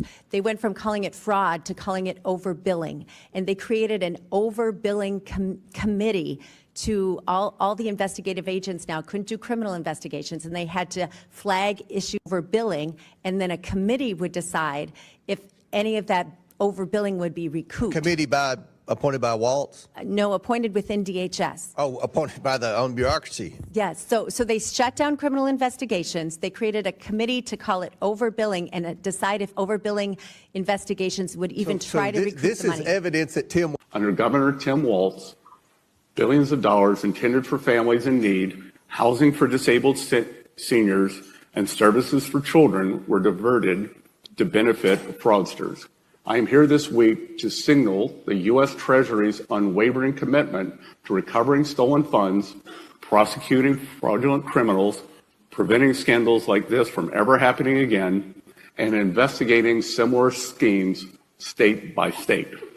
You know what's interesting about Tim Walz?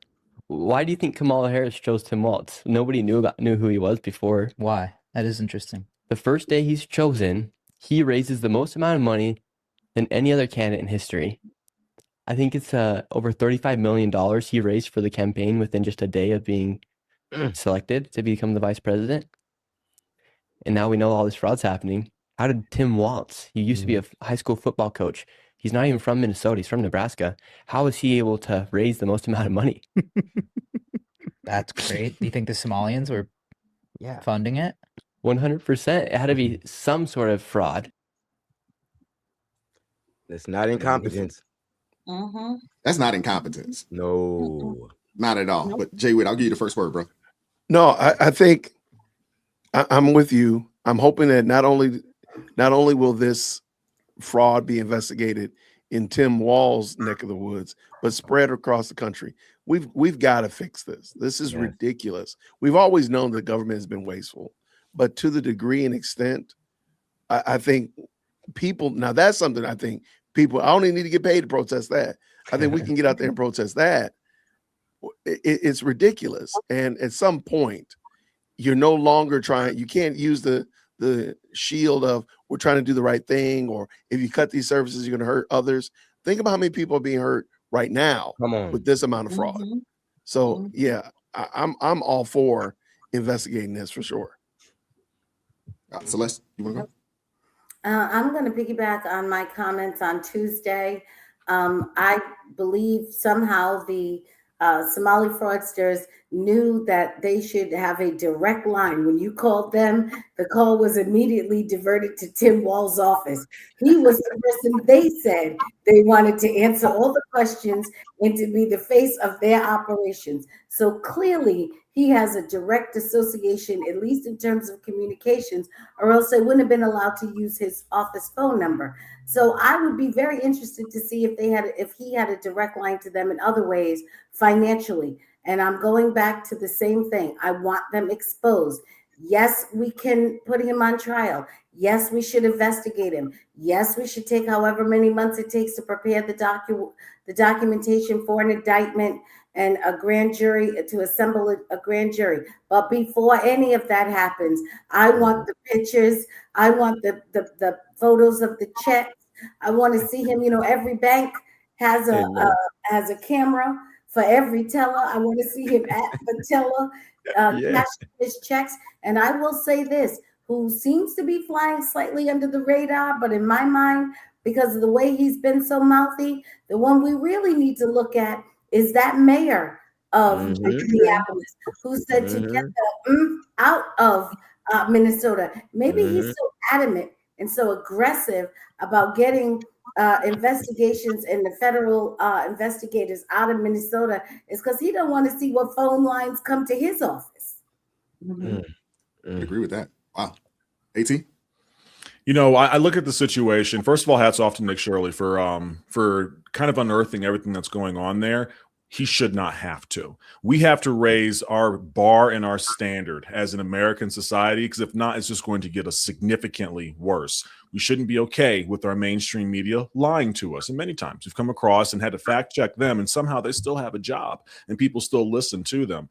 we should not have to wonder if our money is being used appropriately. We have on one hand individuals who are protesting, who want their freedoms, their materialisms, their selfishness, but don't actually care where their money is going. They'll be the first ones to say, I don't like being taxed, but when their tax dollars are going towards something that is illegal, well, we don't really care. And I look at this situation and I see a lot of people who are shockingly pushing against this. They're saying, oh, he shouldn't have gone there and knocked on the door, leave the Somalis alone. They're immigrants. They should have protected status. And that's the problem that we have. We have no morality anymore as a society. We don't care about the difference between right and wrong. We care more about winning versus losing. It is objectively wrong to take money and put it anywhere else other than what you have been told is supposed to go towards. That should be an elementary school level conversation. And yet, for some reason, we have grown adults who care about that winning aspect so much more than being right or accurate that they'll say, well, no, this is Trump's fault. He's evil. Well, no, people on the right, or it's an echo chamber. They're just so mean and they're racist and they're hateful. None of those words, pretty as they sound, change the reality that their money does not add up. The numbers don't make sense. And I truthfully hope after this is over with, I know that I'm supposed to say, well, just forgive them and let them move on. I forgive them and hope that they find heaven. They know Jesus Christ. Send them over to Seacock. Seriously, make a deal with that country and say, hey, look, the murderers, the pedophiles, the individuals who have defrauded the United States government and the American people, there is no rehabilitating that. We hope that they find a Bible while they're in there, send them to prison so we can get back to a level of morality that should be universal in this country. But y'all, you have to understand, we live in the United States now where the idea of protecting your fellow citizen doesn't exist anymore, where the idea of having patriotism for your country does not exist anymore, where the idea of everyone just knows the difference between right and wrong and you can trust a stranger on the street to know the difference between right and wrong, it does not exist anymore. And if we don't get back to that point by actually punishing these individuals, Tim Walz, I agree with the gentleman, he's probably not going to jail. It's going to be talked about in the news cycle, and as soon as CNN finds out their new marching orders, they're going to talk about something completely different, probably these riots. And 4 years will go by, he'll be done, he won't run again, and we'll just talk about this as, you remember that one guy who apparently looked like a Lorax? Whatever happened to him? We have got to start being about action and not just being upset. I would agree. I have a question for you guys. What are your thoughts on our politicians' main job, as I think we discussed this on Tuesday, Celeste, of calling people for money, asking for donations? It sounds like Tim Walz got the nod to become VP because he could raise money. And when you hear, AOC is a face of the party because she raises a lot of money. Jasmine Crockett, the same. She raises a lot of money. It's never really a talk about the policies, how effective they are in their communities or in their districts, or how great they are for their constituents. It's about who can raise the most money. That's right. That's got to change. That has to change. But who will stand up and hold these people accountable and say, hey, this can't be how our politics work. And this is not the job that we put you guys in office to do. But that's been a long time being built up. That's been going on for a long time. And that's the norm now. It's within the deep fabric of our political system. And it's something that can't be undone easily. The people, again, our Constitution was set up so that the people had the power, but they convinced the people that they have the power, and so they can make all the rules. People, they took civics out of our schools. The average American does not understand how our country is supposed to run, and so because of that, they don't know that they can get together and put demands on their local and national politicians to do what they want them to do. And until that happens, which is never going to happen as far as I can see, it will never change. Money will always be the thing that runs our country. Minister Danzel, you have people nowadays who genuinely do think all of this is Trump's fault. They could not tell you who their governor is, their state senator is, who serves on the Supreme Court for their state, let alone their local mayor or any of that cabinet. They have no idea. Most Americans think it is all hinging on who that presidential candidate is, which is why you need to go out and vote this year. This election is actually more important than the one that put Trump in office. But most Americans don't even know the 3 branches of government, so they have no idea what their vote actually means. That's right. Wow. Yeah, I'm okay with the idea that the candidate gets to select their own running mate for whatever reason they select them for. This is only happening. This is all of our fault. This is our fault. Thank you. Our fault. We have left our responsibility. Being a citizen was not to lay down and be able to have lattes and go out and protest. And that is not what your job is as a citizenry. It's great that you live in a country that affords all of that for you, and we should be thankful that we were lucky enough to be born in America. But for that, there is a responsibility. We have a job to do here, and the job is to hold our people accountable. That's I right. don't care who Kamala Harris said she wanted to run with. She could have wanted to run with Charlie Brown. It is my choice to say no to that. I get to veto her decision to do that with my vote.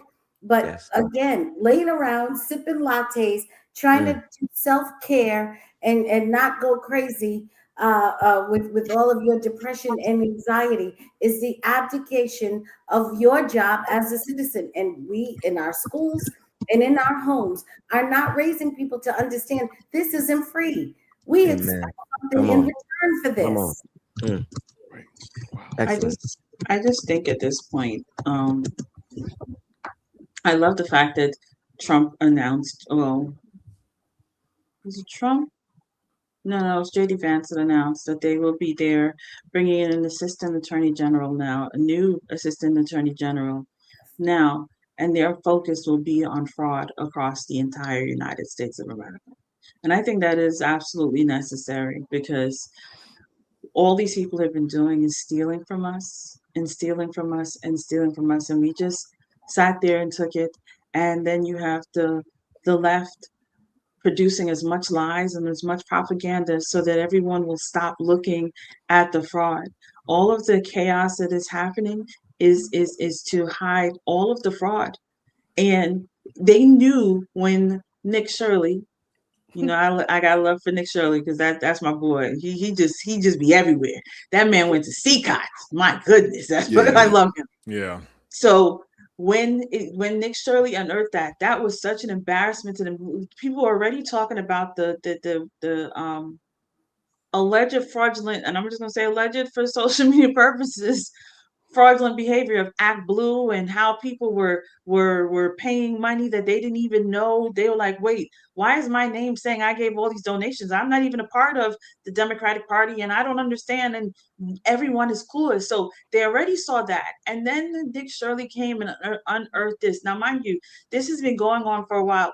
And Tim Walz sat there with his red, shiny head and go sit down there and lie in people's face and say, we've been trying to take care of this for years. We welcome anyone that could come in here from both sides to help us. Now, when Trump sends an ICE to start removing the illegal immigrants, all of a sudden now, no, I don't understand why we're at war with the government. So you're talking out both sides of your mouth.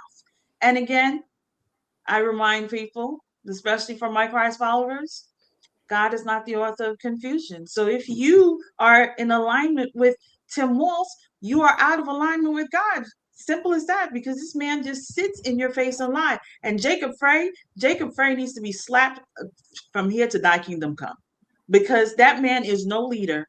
He is, in fact, he's an insider, because as we all agree, if Trump said what Tim Walz would have been bad. If Trump had said what Mayor Jacob Frey had said, they would have been like, he is inciting an insurrection. Look, he's trying to set up but y'all don't say that with what Jacob Frey got up on that TV and said to everybody when he told ICE to get the F out of here and then turn around and say, we as Minnesotans need to stand together and protect our immigrants. Y'all don't think that's an insight of insurrection? I don't know. Nowadays, I don't even understand people's definitions. They saying Trump is in war in Venezuela. We're not in war. They're saying that what Jacob Frey and Tim Walz is doing is peaceful when it's not. The woman trying to run over the ICE agent, she was just trying to go home safely, and she was just a sweet poet. Like y'all are just confused. I'm just sick of all of y'all. All these lefties, I'm just sick of all of y'all. I'm with it 100%. I'm with you, Crystal, 100%. I want to push back a little bit on AT in reference to legacy media. I think legacy media needs to just be put out the pasture, man. And I think that the citizens need to take up their take their place in America, and they need to go out there and utilize their First Amendment. We need more citizens following what Nick Shirley's example. We need more of that. The legacy media has shown us that they cannot be trusted. And they've shown us time and time and time again that they are not to be trusted. And we need more people to take up the torch like Nick Shirley and to go out there and operate in their First Amendment and expose these people wherever you are, whatever state you're in, California, it doesn't matter. From coast to coast, we need the citizens to step up. That's what we need. You're muted, Minister Denzel. Last year, I was interviewed by Michael Mercer of Empower America, and I expressed to him the importance of the citizens understanding in their local areas how important it is for us to confront media. When they say something or do something that is criminal or lie, we need to start. They're protesting these ICE agents. We need to be going to these media, these legacy media buildings and doing protests out there with our big signs, stating the lies that they told, and asking them to come out and explain to us why they're lying to us. Because that's how we're going to shut their credibility down. Why don't we protest out in front of their studios? They tell enough lies for us to do it every day. I agree. I think we have to really that's why, go ahead, Crystal, please. No, I was gonna say that's why what we do here and all the different facets that we do is necessary, because we need to get it out here, get the truth out. But I also say when we have the people going out there and revealing the truth, exposing the truth, we got to protect them, because they are coming for Nick Shirley's throat. Thank goodness for Officer Tatum providing him with security. Nick Sorter, who you just showed, I watched his video where they were chasing his car down the street, and it Officer Tatum said, "I will send security to you. Do you need help?" So there's a woman that I think AT knows, because we see her on TikTok. Her name is Nakia. I forgot her last name, and she's in Columbus, Ohio, and she has been whistleblowing and letting things know that what's happening in Columbus, Ohio, and she has to be in hiding because they have been threatening her life like crazy. So we, the people, not only are we supposed to be revealing, we got to protect our brothers and sisters that are out there, that are actually standing up and exposing the truth, because these psychos is trying, and yes, I'm not apologizing, they're psychopaths that are trying to take these people's lives for revealing the truth. You want to take people's lives for protecting your livelihood, the country, because we only have one country. I don't understand what's wrong with you crazy people. This is the only country we have. This is the last one standing. Please, why would you want to destroy the only? Where y'all gonna go? If y'all don't want to be here and y'all want to be communistic and Marxist and socialist, we'll drop you off in Russia. We'll drop you off in China. We'll drop you off in North Korea. Where you want to go, Afghan? We will make sure you get there. Wherever y'all, Afghanistan, wherever y'all want to go. Leave us here in America, please. Chris, it's the reality check that they need, honestly. You kind of hit the nail on the head. It is they're out of touch with the actual truth of the world that we live in. They've never left their little city. They only watch pop culture media. They only watch CNN. And so they have this weird sense of empowerment that allows them to go out and say ridiculous things. But you're right, they're not going to leave the country. They will say, I hate the United States. They will burn the flag of the United States. They will speak out against the military, the people who are elected and in charge, but they're not going to leave. They just want to be able to sit down. At this point in time, it's a way to fill in that wasted time that they have. Disassociating, wake up real quick, go do a protest, talk about it on Instagram, and that's your next high until the next time that this comes through. Why I take that rebuke, I absolutely do, because mainstream media, they have taken the First Amendment right of the press, and they don't consider any kind of honesty associated with that. It's entertainment at this point in time. If it's going to incite people and get them excited and get them upset, absolutely run that news source. If there's anything that comes out that goes against it, we'll hush on that one for a little bit. We want people to be excited. We want them to continue tuning in to what's going to tell them what they want to hear anyways. No one actually on the left turns on Fox Media to say, you know what's the other side saying? And I know it goes both sides of the aisle regardless. And we see what's happening in our country, where at the end of the day, the same people who say they want to have a civil war have never fired a weapon before. The same individuals who say it's okay to push back against ICE have completely forgotten about violence. They want to call things these harsh words because they sound so exciting. It's murder, it is scandalous, it is treason, all these things that are meant to elicit emotion, and no one asks the question anymore, Is it accurate? We blindly trust the mainstream media because they say the things that make our hearts skip a beat, while at the same time our souls are going down to the pits of hell because a fool avoids any kind of rebuke. They wanted all the January 6 people to be locked up, but they don't want nobody locked up that's doing this damage against ICE. It's crazy. Right. It's hypocritical, and it's Yeah. dangerous. And I think that we have to show up in numbers too. You know, if they're going to protest, why should we give them the streets? And why should we let them attack our ICE agents who are doing their job? Why don't we have other crowds out there and show that we have a numbers on our side too? Absolutely. I think we also need to be arresting, because the Democrats will not. We need to arrest, and not just arrest, to lock you up, because they will. If they could have put Trump in prison, they would have. If they could have put everybody, they put all of the J6ers in prison.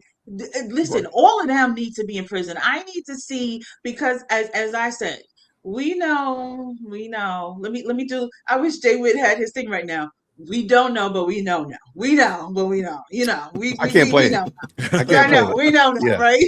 Because Tim Walz, come now. You didn't know about the fraud. Ilhan, are you trying to say you didn't know about the fraud? Come now, Jacob. Y'all didn't know about the fraud. Omar Fateh, y'all ain't know about that fraud over there. Governor Newsom, that nice house. You didn't know about that fraud? Come now, please. All of them need to be sitting behind bars. They need to go hang out with Diddy and Maduro and the rest of them in prison. That's where they need to be. Because for real, let the Democrats get back in power. They will throw every one of the Republicans that stood up for truth right in prison if they can. So it needs to be done. And I'm going to piggyback off Crystal real quick. just like she's saying, when she said earlier about allowing wrongdoing to go uncorrected actually begets more wrongdoing. Yeah. That's exactly why you have to have this exposure. Absolutely. They'll go to jail quicker once it's exposed. But as long as they have the ability to hide in the shadows, now what are we giving them? We're giving them time to destroy evidence, to put their ducks in a row, to get alibis, all of that, which makes a case harder. Expose them immediately and then work the case after it. And I just want to add one more thing. And this is why, I don't know if y'all caught when Tim Walz says, and they won't even give us the whistleblowers. They won't tell us who why would they tell you who the whistleblower is? I don't know, but I know. What happened to Melissa Portman? I'm just saying, why would they tell you who the whistleblowers are? I mean, come on now, ain't nobody stupid. But they want to know who are the people that is unearthing and sharing all of the darkness that they're doing. Listen, it is coming to light, and y'all aren't going to find out who the whistleblowers are, because we know what y'all would do to those poor people. Yeah, That's they're why definitely not to be trusted. They are not that's- to be trusted with that type of information. Right. No way. And They're that's not why to be trusted. That's why I'm for simultaneous investigations. Get them all at one time. Hit them all at one time. Yeah, I mean, think about this. Marco Rubio, when he was asked, hey, before the operation, why didn't you brief Congress? You know what he said? He said the reason why we didn't do it because we were afraid that they would leak it. And they would. And they Why would. would not? Why would you? They would. Big Mouth Crockett would have been on the news and on the View or something. The first thing she could do it. Come on She'd been now. on TikTok. She'd put that joint on TikTok. You know, Right? Big Mouth Crockett. That's the first one. That's the first time I heard that one. It's true though. Super chats. Shout out to R. Payne MPS with the $5 super chat. Says TW Tim Walz is the Manchurian candidate in real life. He is a perfect, useful idiot for a foreign adversary. As with all empires, they fall from within. Yeah. Very true. Very true. Shout out to Molly Page joining the ARP family. Thank you very much. Appreciate you. Molly, Shout out to Deb, been a member for 3 months. Expose fraud immediately. You need 24-hour security. Yeah. Well, the young lady out there in Ohio, Nakia, she's been doxxed, and they came to her house, and so she's she's in hiding. Let's make sure that we keep her lifted up in prayer for sure out there, and keep her hopefully that we can keep her lifted up and for her safety out there, man. It's crazy. Shout out to my guy Jeff over there from It's Not Your Fault, Al-Anon Recovery Channel with the $11 super chat. Says Omar comes here with $60K in debt, now worth $30 million, less than 8 years. Wow, incredible investor, I assume. Yeah. And thank you, Jeff, again for the $11 super chat. It says, words matter. When you constantly call a person or a group a hateful name, eventually the soft-minded will think they justify in unaliving these people or groups. It's by design. That's correct. Yep.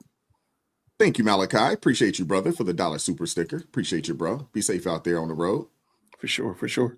Shout out to Martha Hall with the $2 super chat. Says, love y'all. Thank you. Love you too. Love you too. Appreciate you. All right, let's keep it moving. I don't know if you guys had a chance to see this or read about this, but Trump is looking to issue a ban against corporations buying homes. I want to play this for you guys, and then we'll get into it. And AT, I'll give you the first word. Thank you. Today, President Donald Trump announced that he was going to work with Congress to codify in law banning corporations from owning single-family homes. That is a good thing. That is something, quite honestly, that should have been done a long time ago. The reason why I'm frustrated and baffled is because it's a lack of leadership, yet again, from the Democrats to not have led on this issue. We talk all the time as a Democratic Party about how we support the little guy. Yet here is a great example that isn't new, that isn't novel, that you could have done to advantage the little guy, advantage families, advantage individuals from being able to be homeowners in this state. But we didn't do it. And it's not novel and new because I've been talking about this for over 10 years. 10 years ago, when I was the first millennial ever elected to the state legislature, I tried to introduce legislation that said no corporation should be able to compete against a first-time home buyer in California.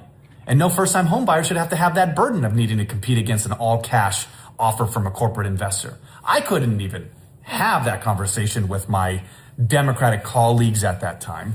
Look, what's the target of the administration is getting the American dream back on track after 4 years of Joe Biden destroying the housing market. The good news is we have a builder-in-chief, not just a commander-in-chief. He understands the real estate market. He understands the importance of keeping home prices high, but at the same time making it so that way people can finally afford a home again. You know, during Biden's term of 4 years, you had massive inflation. Mortgage rates went through the roof. Nobody could afford a home. And the only people who could afford a home were these big corporations with balance sheets. So it's time that corporations stop owning these homes and people start owning and living in these homes as nature intended. You know, it always impresses me how few people, one, know that this is happening, and two, don't understand the implications of anyone just buying up a large amount of land and a large amount of homes. I wish Trump would have said corporations in foreign countries, because we have a lot of foreign countries that own a significant amount of land in the United States, and that one's never been able to be explained to me in a way that makes any kind of patriotic sense. But let's talk about it, okay? One, this is obviously happening. That's real. I worked at BlackRock for quite a few years. This is something that they very proudly do. But the issue is when you go out as a corporation and you buy up a large slew of homes, one, you reduce that supply. That's a pretty common sense one. Less homes out there because you bought a whole bunch of them. But when you reduce that supply, it drives up home prices. I know you might say, well, they're going to do something great with them. Okay, congratulations. I have some cartoons for you to watch because apparently that's where you get your research from. It's going to raise your rent. It's going to shift the wealth upward, which is one of the reasons why the fourth branch of the government known as BlackRock continues to do it. It's going to weaken your stability in the community that you have. It's going to increase eviction risk because local landlords suddenly don't have this impact. Now you have an organization, doesn't know you, doesn't care about you. You're just a line item on a sheet of paper for them. And this is objectively something that harms, especially first-time home buyers, your veterans, your single-family income or single-parent incomes. They can't go out now and get houses because they don't exist anymore. Corporations are taking them, utilizing a lot of the tax benefits that come whenever you look at property as an asset class. I'm happy that this is happening. I am certain that somehow people on the left are going to say, well, this is awful. They should be able to do whatever they want to do. Y'all, corporations are not your friend. I'm going to tell you the truth. They are not your friend. They do not care about you. They care about, at the end of the day, how much money they have to show their shareholders so their price can continue to go up and they can continue to operate. BlackRock's the number one example of that. Hopefully this goes through. Hopefully we can start getting some power back to the people, which includes your ability to have land one day and not have to live paying rent for the rest of your life. Celeste? These are the people that claim that they have an affordability crisis. And somehow what they have said in their affordability crisis is the only way to solve it is to transfer the wealth of working and middle-class people through taxation from them to the government so that they can build socially engineered small housing. So if you go and look in socialist and communist countries, how people live in 1-bedroom studios and dormitory style housing. The housing is very small, and it's very difficult to have a family thrive in those types of physical conditions. When they say you're going to own nothing and love it, Be happy. Yeah. this is exactly what they mean. Go look at the plan for these 15-minute cities. What they intend for you is to have these crackerjack style, box style housing, all in one place where all of your needs, which will be your basic needs, not your wants, your basic needs will be satisfied within 15 minutes of walking distance, because you can believe you won't have a car, because they're not going to allow you to burn all that fossil fuel to drive anywhere and get out of there. And you can be managed and contained within a radius that they control. This is the vision. And how they have done this is they have convinced people that there's an affordability crisis when there is not. What there is a monopoly of places like BlackRock, Amazon, Bill Gates buying up all the farmland, Amazon buying up all the single family homes. And because those people are their largest donors, they get to go unscathed. And their answer to affordability is to tax you and take your money to build these crackerjack houses, which once they get rid of the jobs and implement a lot of technology that's going to remove you from your jobs and you lose the homes you're living in, then you'll be on the state and you'll have what they call social housing, and you will have a crackerjack box of your own. Jay Witt? No, I agree. As having children who are one day, I'm hoping that they'll move on and do things like that, great things with their lives. I want them to be able to have a home that's affordable and be able to to be able to be in your 20s and actually buy a house or something of that nature, at least get started on a home. And at the current moment, that's not going to happen. So I am 100% in support of this idea of no corporations and no countries, foreign countries, in our housing market. I appreciate it, though. Not just housing, though, Jay Witt. Yeah. Land as well, because we have found out that, the Chinese, they bought up, hundreds and thousands of acres around military bases. Yep. Corporations buying up housing. I know the brother LS mentioned that just in Atlanta alone, 3 companies purchased 19,000 homes. It's crazy. It's crazy what's going on. And I want to share this. This came from the president. I think this was a Truth Social. I don't think he uses X like that. But this is Truth. I want to share this with you guys. I don't know if you guys had a chance to see it, but the president said for a very long time, buying and owning a home was considered the pinnacle of the American dream. It was the reward for working hard and doing the right thing. But now, because of the record high inflation caused by Joe Biden and the Democrats in Congress, that American dream is increasingly out of reach for far too many people, especially younger Americans. It is for that reason and much more that I am immediately taking steps to ban large institutional investors from buying more single family homes, and will be calling on Congress to codify it. My question to you guys is, will this get codified into law? Will this pass in the House? Will this pass in the Senate? That's my question to you all.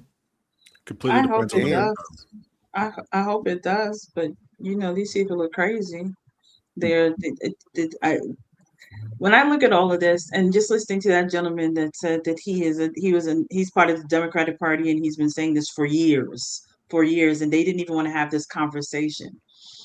I look at them trying to put a wrench in this in Senate and Congress, and then blame Trump for it for some weird reason or the other. Like they'll find a way to say this is Trump's fault somehow or the other to try and make Trump look bad. And the thing is, I would think by now, and this is how I keep saying the people on the left, they are possessed by something dark and ugly. Because let's be real. Call money. Yes, because let's be real. Trump could find the cure for cancer, and they will still find the problem. They are fighting. They want to tear him down. They want to throw this administration away, and they keep doing things to help the American people. And everything, when you combine with this, with what you just shared about Minnesota, you're looking at the left continually trying to tear America down. As Celeste just, she just said that because I was thinking this myself. They want us to own nothing and be happy. They have their pack. What is it? The plan for 2030. What was it called? Agenda 2030.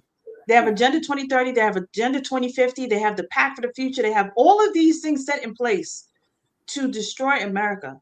And I feel like they will find a way not to push this through because we have rhinos in Congress. That's the problem. We have rhinos in Congress. If we didn't have rhinos in Congress and we have people who stood with what Trump was doing to help save America, I think I would sit here and say boldly and proudly, it's going to get through Congress and they're going to push it through the Senate and everything will be good.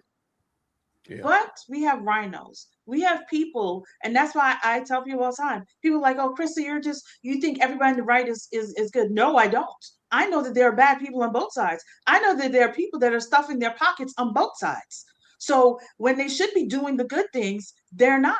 They're doing anything to kind of sabotage this administration and destroy America. Let's just be real. So at this point, I pray that this goes through because this will be a blessing for so many, because as you just said, Ella said it, Jay Witt knows it. We know down here in Atlanta, they buying up houses like ain't nobody's business. I remember when houses in Atlanta was a few $100,000, and now it's up there. And every time I look, oh, this house is like 2.5 million, and this house, and I'm just like, for what? But that's because these people's hands, and that's probably why the rent in Atlanta, apartment around here for a 3-bedroom is about what, $7,000, $8,000, $9,000 a month. I'm just saying, this is because they do things like this, and people don't realize that. And when y'all think the Democratic Party got your back, this is what it looks like when they don't, because they don't care if you can't afford anything. Absolutely. This is again another moment or another issue where we have to challenge the people of the United States of America, the citizens. If this doesn't pass, are you willing to blow up the phone of your representative? Let me go back to AT. First, go find out who your representative is. First, go do that.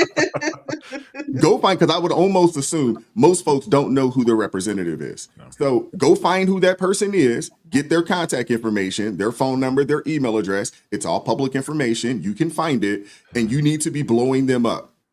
You need to let me stop for a second. Go for it, Jay. Interrupt. Do it now. Yeah. Don't even wait for it not to pass. Do it now on the assumption that you need to remind your representative, your representative that you are here. Like, hey, remember me. Before you go vote, I just want you to know, remember us. We're here. We want this to go through. So we won't be surprised. I don't have any confidence it's going to happen. I think it's because there's too much money being made by politicians to keep this thing going. I think that if Trump could find a way to form it in the form, shape his arguments in the form of a national necessity, and he can do an executive order or something like that, that might be the better way to go, to get past all of these rhinos and people who don't really care about American citizens. But I think that this is another point that you brought up on Wise. I think that this is the tip of the iceberg. This is one of many reasons why they didn't want Trump to get in office, because there was so much of this kind of corruption going on that they had to demonize him and put him in jail or kill him, whatever the case might be, to keep him from getting in a position where he can start unfolding and uncovering and encountering all of this kind of corruption. You think about the people that these billionaires that are buying up farms. This is not an accident. They're trying to control the food, because they control the food, you control the people. They don't not only are they buying up the farms, but they're actually cultivating all of their natural real seeds from the real fruit and vegetables, and then they're genetically modifying so they can control the genetic modification, and they can control how much food is produced. You see, this is criminal. This is not something this should be seen as a criminal act, but there's not being done because too many people with money and power are in control of this kind of thing. So my question, I mean, have you tasted your vegetables lately? Have you tasted your fruit lately? The fruit has no taste, the vegetables, because they're creating it in a way that it makes money for them. They don't care about the nutrition, and you wonder why people are getting sick. So there's a whole lot. The rabbit hole is so deep that we need somebody like Trump in to do what he's doing, but we need to get behind him, and we need to be publicizing all of these different criminal things that are happening so that the people understand why we're making this kind of fuss. Yeah, and Jay, just to piggyback on Jay Witt, you're absolutely right. I actually think most of these politicians are very weak, and they appear strong because they never have any pressure. You find out what happens. It just the citizen recalling, blow up those phone lines, break the internet that goes to the Congress and sending emails, and which are all public. The phone numbers are all public except Tim Walz's goes to the Somali fraudsters, but everybody else is all public. And I think we wouldn't have a problem passing this because I actually think that they're weak. They will go in any direction. They don't get direction from us, so they're allowed to do what their donors ask them to do. They're never in any conflict because we don't apply any pressure. Wise, to answer your question, I don't think that it's going to pass. I agree with Minister Danzel because money is so extremely powerful to a lot of these individuals. And as soon as they realize, well, I could do the right thing, I think it's really easy to say this is the right thing to do, to pass something that says that only an individual can own a home. But if they have to lose a digit at the end of their paycheck, if they have to tank their investments, if they have to potentially not be in office the next term, power and money, they're not going to give that up. We know that Trump can't do it in executive order because federal judges absolutely break an arm, patting themselves on the back, trying to stop everything that he does. So it would have to go through Congress. They'll probably stall until the midterms. Unfortunately, if you were to ask me, I think the midterms are going to be a lot closer than people think they will because people don't really care as much as they want to. At the end of the day, most people don't even vote regardless for the president, let alone for the local area. You can try and call your representative, your senator, whoever it may be. I know a young lady who lives in Arizona who tried calling, went straight to voicemail, never heard from them again. And she will probably not vote for that individual, but most people don't care at that level. What it's going to take, unfortunately, is for it to get so bad for these individuals that live in the cities that they can't complain and blame it on Republicans anymore. They'll have to sit down and look and realize, wow, we kind of sort of, to Celeste's point, did this to ourselves by our inaction. I can either bend over, here it comes again, or I could do my research and try to actually push up from this. But I don't think it's going to go through. I really don't think it's going to go through. I think that, to Crystal's point, there's a lot of Republicans who are only doing what keeps them in office. But the second you take away that money, no, they're going to fall right back in line with the system and do everything that they can to keep their power, even if it means harming their own constituents. Let me jump in real quick before we end. I understand what you all are saying, so I don't disagree with the notion that this could go either way and it's probably going to go in a negative direction. I don't think people are ever going to wake up and say, this is our fault. This is what we've done. Did y'all not see those black, quote unquote, faith leaders, pastors in New York complaining to Trump about property taxes? Yes. And I mean, they're blaming it on Trump living in a Democratic city. I mean, if that's not, hey, if I'm gonna join Denzel and AT in negative land, I'm riding that car. That's the car I'm taking to get to negative land. I'm like, these people literally live in a Democrat-run city, and they're blaming the president for something that their Democrat elected officials did. That right there will cause me to not be optimistic, to be extremely negative about this and pessimistic about this, because I don't think they'll ever learn. I don't think they'll ever learn. And I hate to say it, 20 years from now, there'll be ads on television. Is your life worse because of President Trump? Well, there's going to be some kind of medicine. They're going to come up with some kind of medicine because of it. Oh, no. Is your left toenail infected? You might have Trumpitis. And then they're going to come up with some ad. There'll be an ad for it, man. Come on, man. There's no way. You mentioned these black pastors up there, and I'm don't get me started. Don't get me started. Hey, I'll get you started. I absolutely will, because this is something that always gets me fired up. I just y'all know I switched over from TikTok to YouTube. I only got one video on my channel, but we're going strong. And I looked into the CNN article. It was about 2 years ago, right before the election. There was these two black pastors and one white pastor, or reverend, excuse me. They love their titles. And they were absolutely co-signing on to every ridiculous thing that CNN was talking about when it comes to Trump, his election coming up, and what he plans on doing. And it's almost as if it's a tagline that they all mail to themselves in these Democratic cities at these quote-unquote churches. They all say the exact same thing. Well, we're not a Christian country. Wrong, by the way. It's actually really easy to prove that. They don't even mention Jesus in the Constitution. Who do you think here of the Lord was talking about? Exclusively and historically, it has 100% always been used to talk about Jesus. And we'll ignore the Declaration of the Independence. We'll ignore the Northwest Ordinance and everything else in the state constitutions. We will say whatever is necessary so my congregation gets full, so that I have people standing up and cheering for me. We're not going to talk about sin. We're not going to talk about truth. We're not going to talk about the hard right. I'm going to keep giving you the easy wrong, and I'm going to make you feel good while you hear it. You're empowered. You're saved. You're wonderful. Trump is really bad, and let's all band together because our skin color means more than our actual salvation, because our entitlement means more than actually being accurate. And as the world continues to burn around us, as long as we feel good from the flames, that's all that really matters. Can I just clarify real quick? It was in New York, it's Chicago. Yeah. And Chicago. that's why I'm so York? thankful. No, yeah, it's Chicago. Yeah, you said New York, but it's Chicago. And that's why I love Danielle and the red flip Chicago Red group, because they're going to make sure everybody in Chicago know it's them Democrats. Y'all can go in front of Trump Tower, but we not stupid. We know who did it. Mm-hmm. Two things. Well, I lost it. Crystal, it's getting old. Never mind. It is what it is. I'm getting old. It's getting old. I'm getting old. It's okay. It's wild having Jason tell you you're getting old, by the way. Give it to him, Jesus. You see how he started? Oh, I got it. I got it. There we go. Good. I got it. Minister Danzel, there was two things. Trump could implement this via an executive order, but we really don't want that to happen for a couple of reasons. One, it could just be overturned in 2028, potentially. It could, but we really want this to go to the House to be voted on. This is a midterm season. Mm-hmm. Hey, who's really for helping the American people generate wealth? Everybody understands, I think everybody knows this, that the number one way that Americans generate wealth in this country is through homeownership. I think everybody knows this.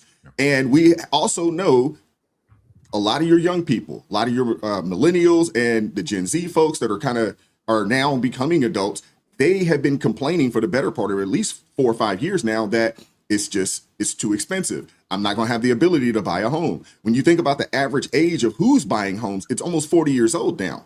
When that number, a decade ago, was maybe 10 years younger. So we don't want Trump to take this and say, hey, sign an executive order. No, send it to the House so we can get on record who's for the American people and who are against the American people. We need it on record. Yep. Excellent point.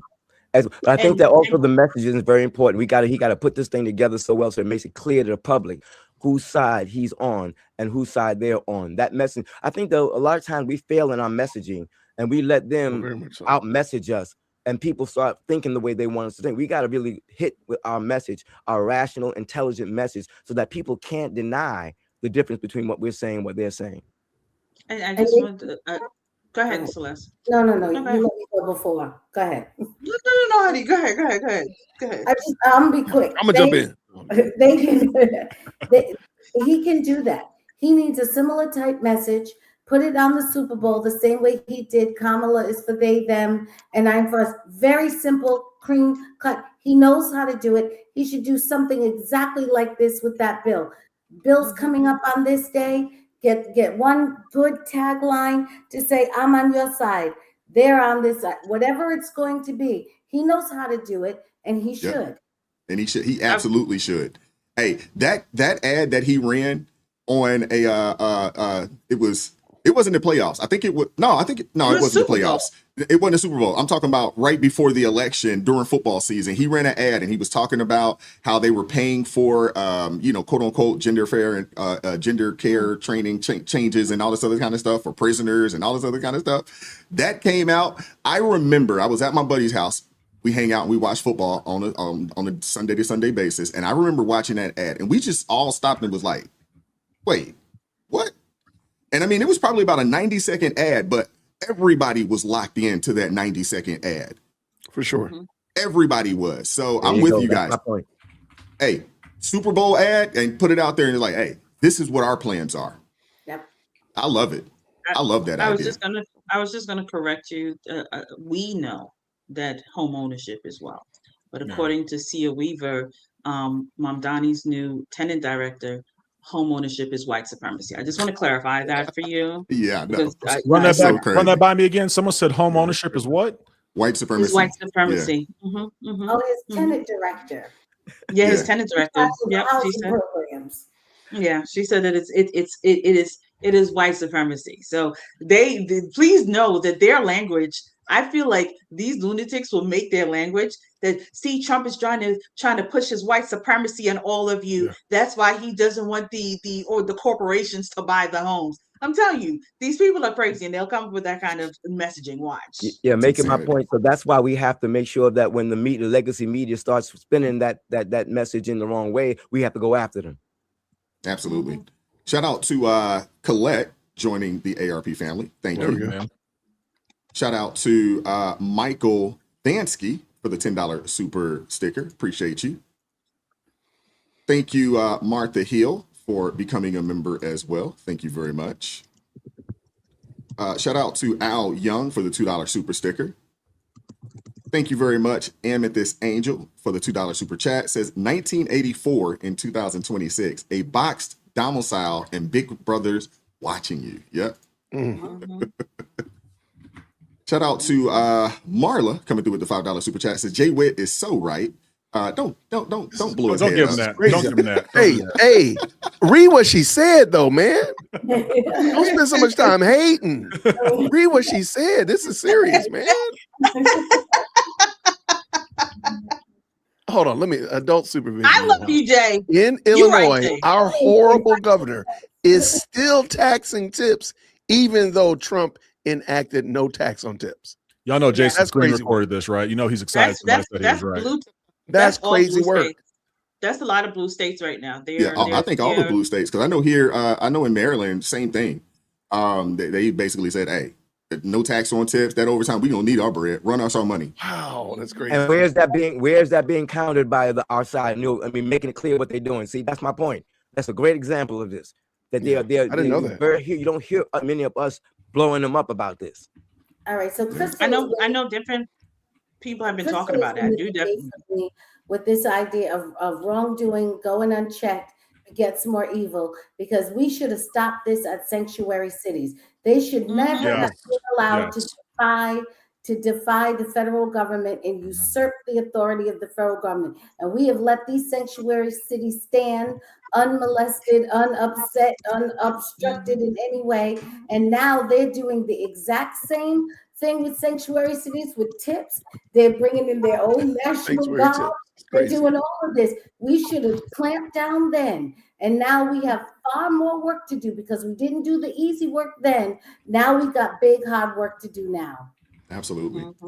Shout out to Deb Longo coming through with the $5 super chat. Says in 2020, before Biden was sworn in, we had 2.5% interest rates. Within 4 months, it went to 6.7% interest. What the heck? Yeah.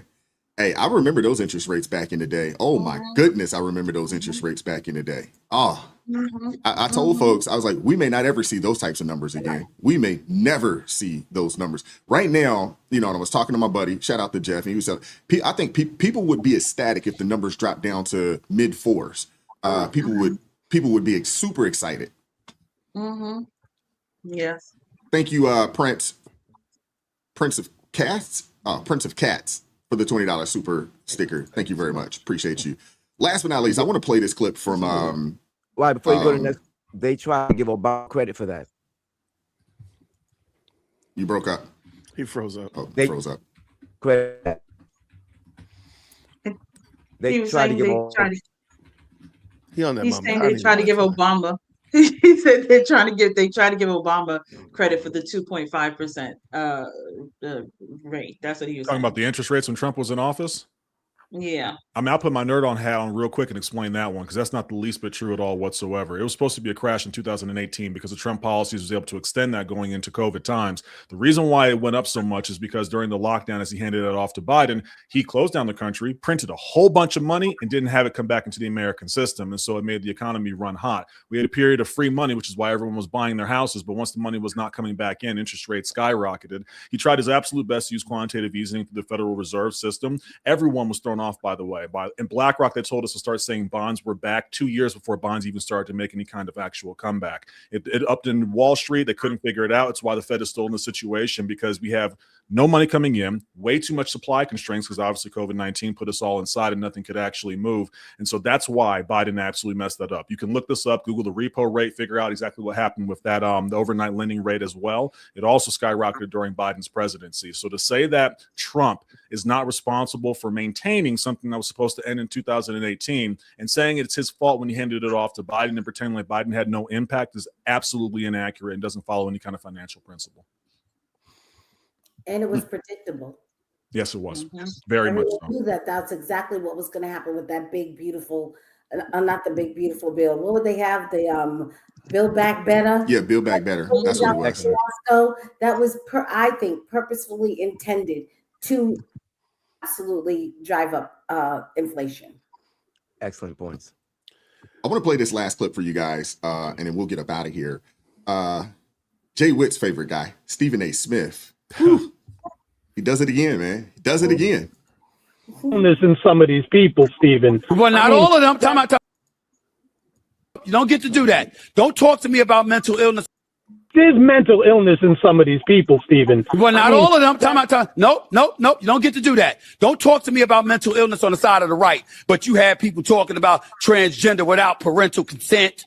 And men transitioning to women and playing in women's sports and thinking that was okay, and people could be incarcerated and they could have sex changes and stuff like that. Oh, no. You don't get to sit up there and just point to the right about that and not act like there wasn't craziness on the left too. I'm a moderate who primarily votes Democrat. And I'm here to tell you something right now. I don't recognize this left, or not this one, not the one that I've been seeing over the last few years. I'm a moderate who will lean left on everything but dollars, meaning taxes. I can't stand high taxes in California, New York, New Jersey. Okay, I'm a fiscal conservative with my money. I'm liberal with everything else. And I'm still appalled by how far left the left has leaned. It's disgraceful. No common sense. And oh, by the way, when you talk about woke culture and cancel culture, don't come to me with the Republicans. It wasn't the Republicans that was trying to get people fired for pronouncing the wrong pronoun. That's the left. And you're appealing to a community, and in the meanwhile, you're turning your back on black folks who supported you since the 60s. Don't get me started with all of that. I got a lot of problems with Trump. I got a lot of problems with some of the things that I've seen from the Republican side. Most recently and in more immediate is the Affordable Care Act and the fact that they still haven't had a plan. All these damn years you had an opportunity to have a plan, and we still wait for the GOP to have a damn plan. You holding up everything, you ain't got no damn plan. That's disgraceful. But I'm not going to act like it's just them. Oh, hell no. The left, the extreme left is what I'm talking about, not the moderate left. The extreme left is a damn problem.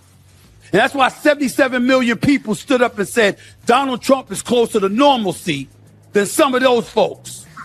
And I don't blame them for feeling that way. I'll put myself on Front Street. I voted for Kamala Harris, but I didn't like it. At all. I just didn't trust Trump because I thought what would happen, what has been happening, would happen in terms of stuff in the streets. That's a subject for another day. Jay Wood, I'll give you the first word on your guy, man. What's up with your boy, man? Okay, I need Stephen A. And I'm trying not to be harsh. Does Stephen A. Smith make any proclamation or any profession of faith at all? I've never heard it. And because the energy and the excitement that he has about these topics needs to be guided and directed by a Christian ethic, because it's really difficult and it's hard for me to process that you're against, liberal spending bills, but you're for all these other things, because the things that he's pointed out, they didn't just pop up last Tuesday. They've been percolating for some time. So there's some point where you were okay with some of the things that were going on. They got us to here where we are now, where you saying you don't recognize it. Well, it was unrecognizable last week and the month before that and last year. Is dare I say even a decade before. I want to know what's Stephen A. Smith's biblical understanding, and I'm going to say biblical understanding.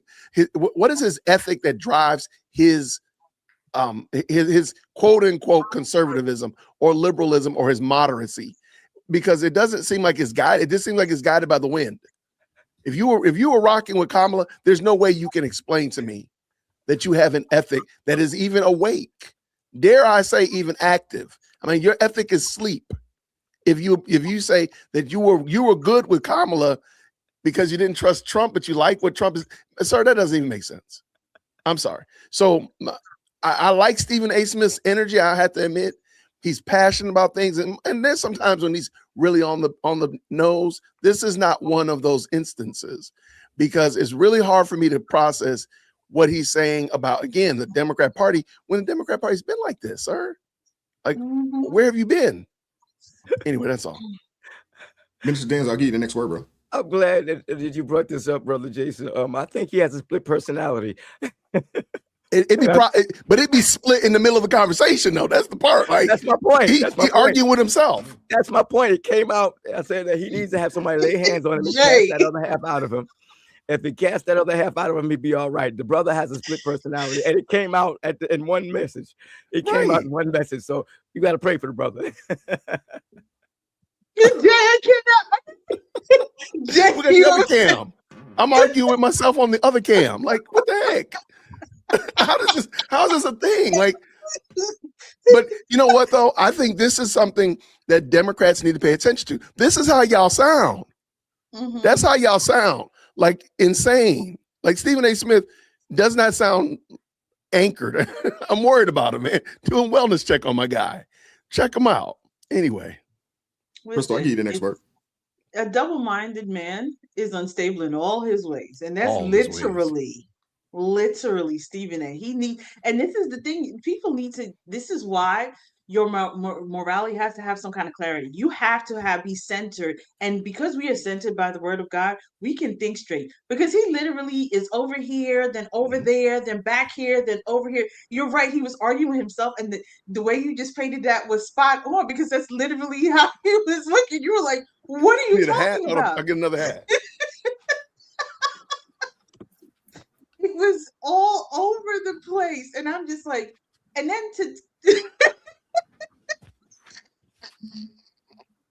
like, what the heck's wrong with you, my dude? And then what's wrong with you? He was afraid of what would happen. He voted. He said, I'll put myself on Front Street. I voted for Kamala. I didn't like it, but I was afraid because of I knew Trump was going to do what Trump was going to do, which is what he's doing right now. What is Trump doing? I just don't understand. What is Trump doing? Unearthing the fraud, sending home the illegals, protecting our border, putting America first. I mean, reintroducing the Monroe Doctrine for everyone who doesn't understand it. What exactly is Trump doing? Because he said what Trump is doing out in the streets. What?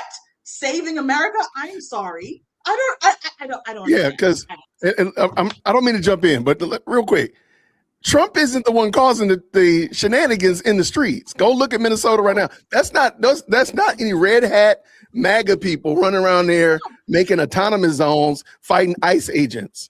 That's not. None of them are doing that. Okay, so that's not us. And I'll go as far as to say it has never been us. You've never seen any Republicans, red hats out there causing chaos on a regular, large scale basis in the street. So the stuff that's going on in the streets, Stephen A. Smith, you're gonna have to answer for that. What is the stuff in the streets? Because if we look at when Charlie Kirk was assassinated, we didn't riot. That's what I'm saying. The streets were filled with people praying and singing hymns and speaking the word of God. That's what you saw. You didn't see the summer of love. You didn't see what's happening right now. So to sit here and be like, well, I was afraid of what would be happening in this. What? And this is the thing. People don't know how to receive a man. I think that's what it is. They don't know how to receive a real man. They're used to the man that was licking on ice cream and telling everybody what's his favorite ice cream, laying on the beach, sometimes looking like he's pooping on his pants, didn't know which direction he was walking. That's what they used to. That's what they love. And then when they have the word salad, Kamala Harris, who,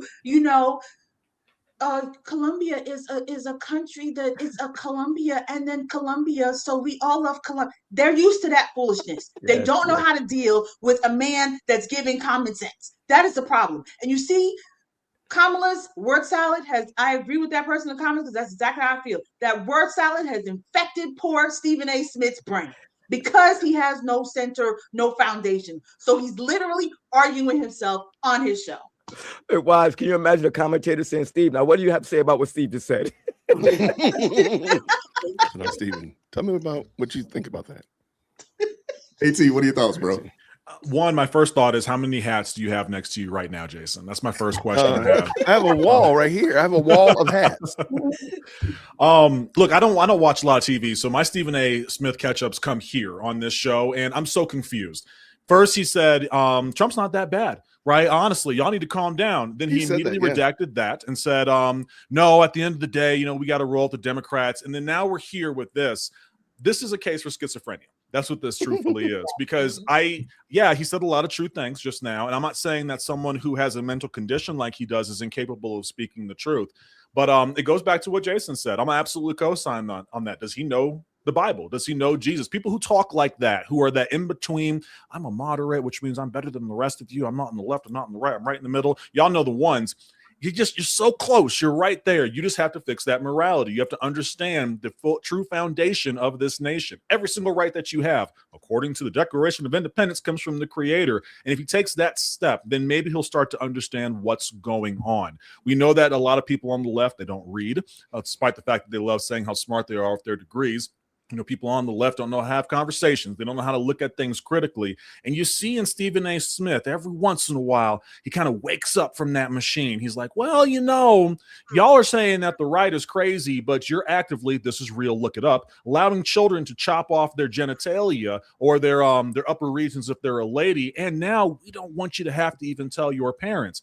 That is lunacy at the end of the day. That is insane. If you have any children, you don't want your kids to go outside and change something that's going to impact them the rest of their life without having a conversation with you first. But that's what the left is trying to do. I pray for Stephen A. Smith. I truthfully do. I pray for people in this comment section over here who are surprised that I keep talking about Christ, and yet you think that Trump is the Antichrist. I almost got through this whole show without saying anything about it, Crystal. Really? I was so close. I really was. I'm hoping somebody will send a super chat to Wise and say that ridiculousness so we can shut that down.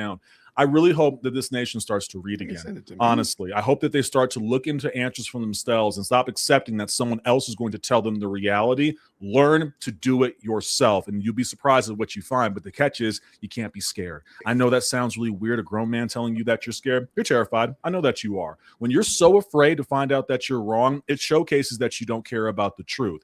Get rid of your cowardice, get rid of your fear, grow up and be a big boy and girl, and go look up the actual truth. See it from someone else's perspective. Not everyone lives in Los Angeles or Chicago. Some people live other places. Stop trying to tell them how to live their life until you understand them. Celeste, get in there. So I'm going to speak to the caller first. It has been well documented for a very long period of time, more than 30 years, that conservatives, when polled, when surveyed, absolutely consistently report that they have greater mental stability, they are happier, and they have less depression. So this is a pure projection of trying to pretend that, in fact, conservatives are mentally ill and we're all out here crazy and all of that. That's purely the projection of the left onto the right, because there is nowhere that you can find that conservatives for more than 30 years have not been reporting greater mental stability, less anxiety, and less depression. That is absolutely found in the left, particularly among women. And there's a correlation between the more radical and leftish you are and more liberal that you are, the greater your incidences of this depression and anxiety. So when we're looking at these women and saying, well, women are the majority of people enrolled in colleges, what we're also saying, and you should know the flip side of that is, then that means women are more likely to be anxious and depressed. So we've got to be very careful about celebrating these things, because the left is trying to flip this on us, and it is not true for us. And as for Stephen A., AT is absolutely correct. This is exactly the type of intellectual schizophrenia that you find from so-called alleged independents who are trying to publicly be independents and are privately Democrats. They force themselves into these ridiculous positions in public where they have to absolutely act and behave as intellectual schizophrenics, because this is what it looks like when you are trying to serve two masters. It cannot be done, and you look foolish. And that is the unfortunate position. You got Charlemagne, I'm not Democrat, I'm independent. Stephen A., I'm not Democrat, I'm independent. They're ashamed of their actual heart. Their heart is truly Democrat, but they obfuscate that by kind of run out and say, no, I'm really an independent. And as soon as they get ready to talk, they cannot talk independently. All they can do is try to find a way to pretend that there's something logical and right that they support. And they can't do it effectively, because in the end, this is why he said, I voted Kamala and I didn't like it, because you went with your heart. Yep. I don't want to paint independence with a wide brush, but the people that I have come across that have said, hey, I'm not a Democrat or a Republican, I'm independent, most of them they're all liberals. I haven't run across one person. Most people that were Democrat and they do flip to something, let me say this. If they will flip conservative, like if they really believe that the Democrats are crazy, they'll say, you know what, I'm just going to go the conservative route. The people that are, I guess kind of like your Charlemagne's and those, they're trying to, I guess be a little more, what's the word I'm looking for? They're duplicitous. Yeah. They'll come across and say, well, I'm not a Democrat, I'm independent. I have some of those in my family. But when you start asking questions and you listen to them and you hear their talking point, the talking points are liberal. And you can tell that they get their information from CNN or MSDNC or now, MS, no one's watching. You can tell where they get their information from, although they're trying to say, well, I'm an independent. It's really crazy that is the case. They're trying to have their cake and eat it too, Wise. They recognize recognize the madness on the left, and so they don't want to identify with that, but they also don't want to accept the truths on the right. So they have to pretend that they're in the middle. But I'll be honest with you. Most people, not trying to be ugly, because I used to call myself an independent when I left from being a libertarian. A lot of people just are not willing and bold enough to just say, I'm a Republican. And just leave it. Because I've yet to find a quote unquote independent person who is truly against left-leaning policies, that doesn't try to tap dance around left policies, whether it be drug policies, abortion, fill in the blank. I'm like, but you don't sound very conservative, very like you're conflicted. You sound like you're siding with the left. You just don't want to admit it, that you are a liberal. Just go ahead and say, I'm a Democrat, I'm a liberal, whatever you need, whatever the term is, just go and use it and be proud of it, and stop using this middle of the road, as Crystal said. You try to sit on the fence, you can get splinters in your butt. Like, just let it go. Like, and get it. You're either Republican or you're Democrat. There you go. Just say it and be proud about it. The other side of things, I also, and I love the video that Dion did, because there are a lot of performative ones too. They're not actually Democrat. They're actually conservative, but because they want to be accepted within the community, they'll say they're independent and they'll have the liberal talking points, but they go and they vote conservative. They just don't want everybody else to know, because they want to fit in. They don't, they feel the peer pressure, because they don't want everybody to know, they don't want, especially in our community, they don't want their black card taken from them. So they're like, I'm independent. They speak the liberal conversation, but they're over there secretly voting conservative. And clearly we saw that happen during this last election. Absolutely. That's very possible. Because they know the left will come after them. Hey, Jay Witt's hat wall, ladies and gentlemen. Knew it. And that's not all of them either. That's the bad thing. I have that's not even all of them. A couple super chats I want to read, and we'll get ready to get up out of here. Thank you, Prince. Did I see this on already? Prince of Cats with the $20. This might be another one. Does anybody know the percentage of Americans who want to own a home no matter what color they are? Can I jump on this? Oh, yeah, go for it. Go ahead. No, this comment came in while we were talking about the bill that Trump. I think the number of people who want to own a home has gone down significantly, because the price of houses are so out of Yeah. range. If this were happening to cars, you see the same thing.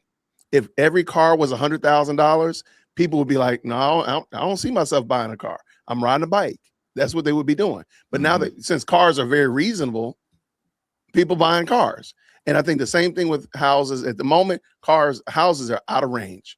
I don't even hear my daughters talk about buying a house, and I'm like, ooh, all right, I'm praying, Lord, please, because the stuff they want, I'm like, man, it's crazy. But they're rare because most of their friends don't even talk about home ownership. They're fine with it. I mean, because it just seems out of range. It would be akin to saying, like, look, I'm about to buy a $300,000 car. That would just seem insane. But a $30,000 car? Okay, yeah, okay. All right, that's reasonable. That's back in the range of, because I bought my first house when I was 25. And I'm like, holy cow. Like, wait, I don't, I'm looking at my big girl, I'm like, ooh, I don't know about that one. So I don't know. When that was my answer question. When I was in my younger, 20s, I wasn't thinking about buying a home because it didn't seem feasible at the time, for a couple of reasons. I was in the military. We didn't make that much money and I wasn't married. So I couldn't afford it. I wasn't even thinking about it. Couldn't afford it. Correct. So I think most younger people, now Jay Witt, you showing your age, talking about you did this at 25. How much was that house? 65,000? Don't quote me on this, man. I had just started teaching. Don't quote me on this, man. It might have been, it might have been, I'm not even being funny. I want to say it was a townhouse and it might have been like 98. I have to look up. It might have been 98,000. Okay. All right. That's not bad. I mean, I didn't pay for it outright, of course, but it had some good equity in it when I sold it. Okay. I'm sure you did. Thank you, Prince of the Cats, for the $20 super chat or super sticker. Thank you very much. Appreciate you, Malachi, for the $5 super chat. Says Governor Pretzel also signed an $8 billion energy increase into law as well. Illinois can't charge super high gas prices. I think this is a result. Is that charge or change? I think change. You think he means change? Illinois can't change super high gas prices? Okay. Thank you, Malachi. Appreciate you, bro. I mean, Illinois should be the blueprint along with Minnesota and California about how terrible it is to have people that bleed blue the way that they do running your states, like for real. Yeah. Facts. Shout out to E Big coming through with the $50 super chat. Shout out to you, man. Amen to you. Says amen. Amen. Appreciate you, man. God bless you. Thank you very much. Is it Showstein? Quentin? Hopefully I pronounced that properly. Coming through with the £2. Appreciate that, man. Appreciate that. Can I just say this, please? Thank oh my you. gosh! If you don't, I will. Go ahead. Let me tell you something. Just because you hate yourself the way that you do, that is your business, young lady. Because you see, we can stand in our conservative values. We can stand. You can sit down here and want to call people raccoons and say about white talking points and black faces. That's a problem with you ignorant people because you don't know any better. You don't know what truth is. You would rather sit there in the lies and destroy your own community and think that these people are supporting you. They can't stand one bit about you. That's why they're destroying you, your community, and they use you like fools. Understand that you are a slave. You want to talk about us? No, you're the slave on the Democratic plantation. You ain't never getting off because you're that ignorant. Shots fired. Can I, if you don't mind, Watts? I actually have to, because I was watching this conversation they were having, and a lot of individuals up there. Please understand, first of all, I am Christian. That is it. I know that your skin color is something that you're very proud of. I'm proud of the sacrifice of Jesus Christ on the cross, and that's always going to be number one for me. But here's the deal. You can actually find a solution to this. You do not have to, again, be scared. And yes, I'm telling you that you are scared. Instead of attacking the individuals up here, send a super chat. You got $2. I guarantee that you do. Send a super chat. Send the question that you have. Don't attack the person. Attack the argument. Let us know what we're saying that is wrong. Let us know how we're being inaccurate. But see, here's the catch, though. If you do that, you might be proven wrong. You might realize that you are the problem in this entire scenario. And here's the deal. That's okay.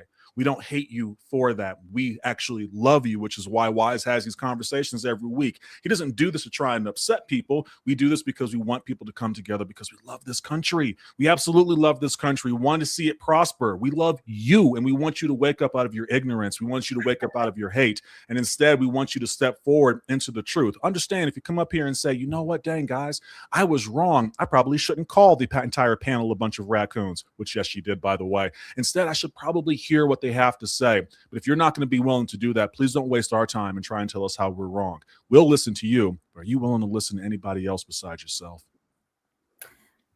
I would open it up and give you an opportunity if you would ever like to pull up. I'm looking for people just like you. If you'd like to come up here, I will give you an invitation. My email is out there. Hey, mods, let this individual know. Give them the email. Reach out to me. I'd be more than happy to have you come up.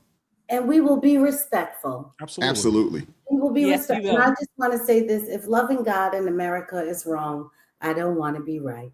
Amen. Amen. Hey, if you sing it, I know. If you sing it, I'll send Wise a hat. I'll send AT a hat if you sing. Celeste, let it go. Oh God. And I'm a horrible singer. So okay. I don't want to. And then AT, you can pick a hat. I can't hold the tune. God did not bless me with that. He didn't bless you with that, huh?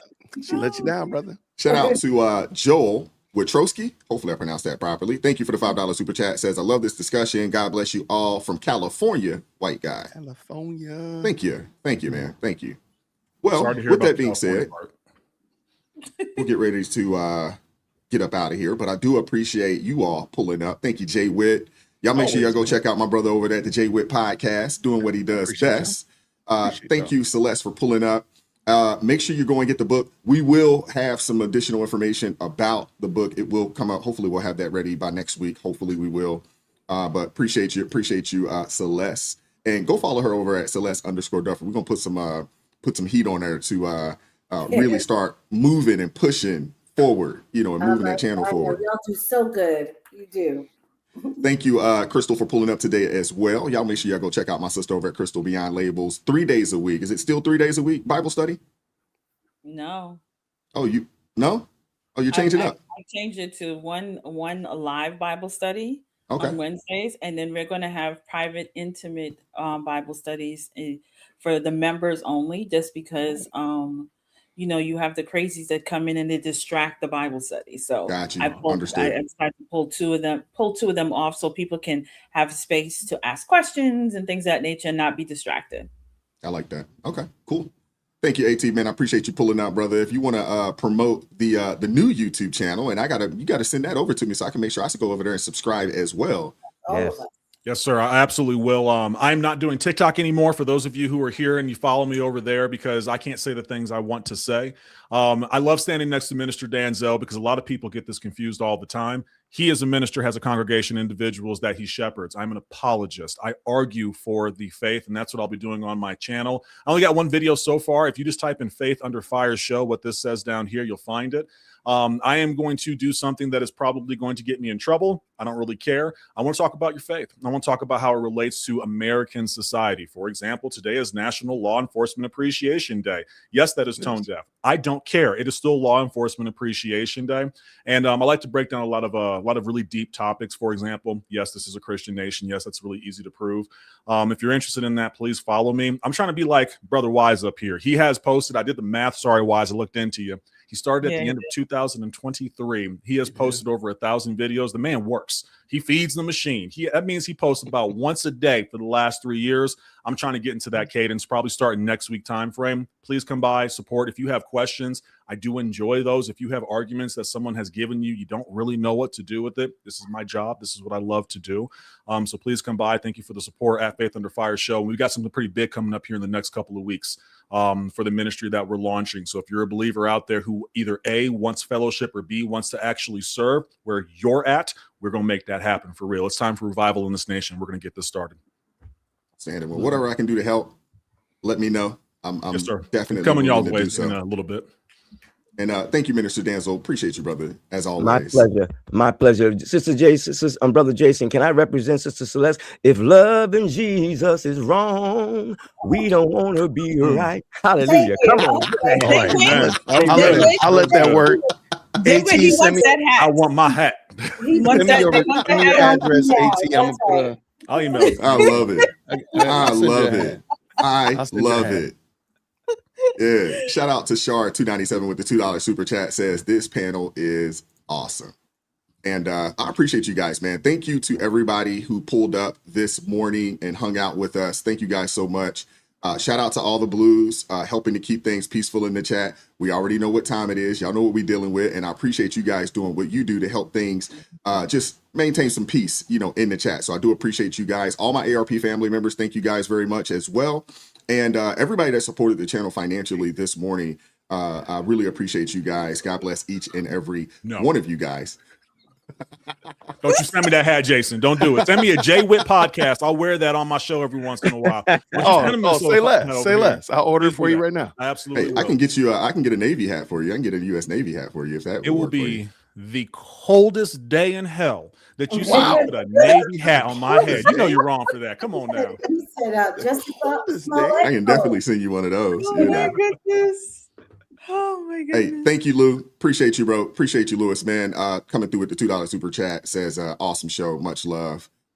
AT blessed. Appreciate you, bro. Appreciate you. And we're going to get up out of here, man. Enjoy the weekend. Lord willing, we will be back at this thing next week, Tuesday, for ARP in the morning. Come check us out. We'll be here. Hopefully you will be here. And enjoy the weekend, man. Stay safe. Stay warm. Keep God first. Make sure you stay prayed up. It is crazy out here. And we're going to catch up with you guys next time, man. God bless you guys. Take care. Peace. Amen. You got it.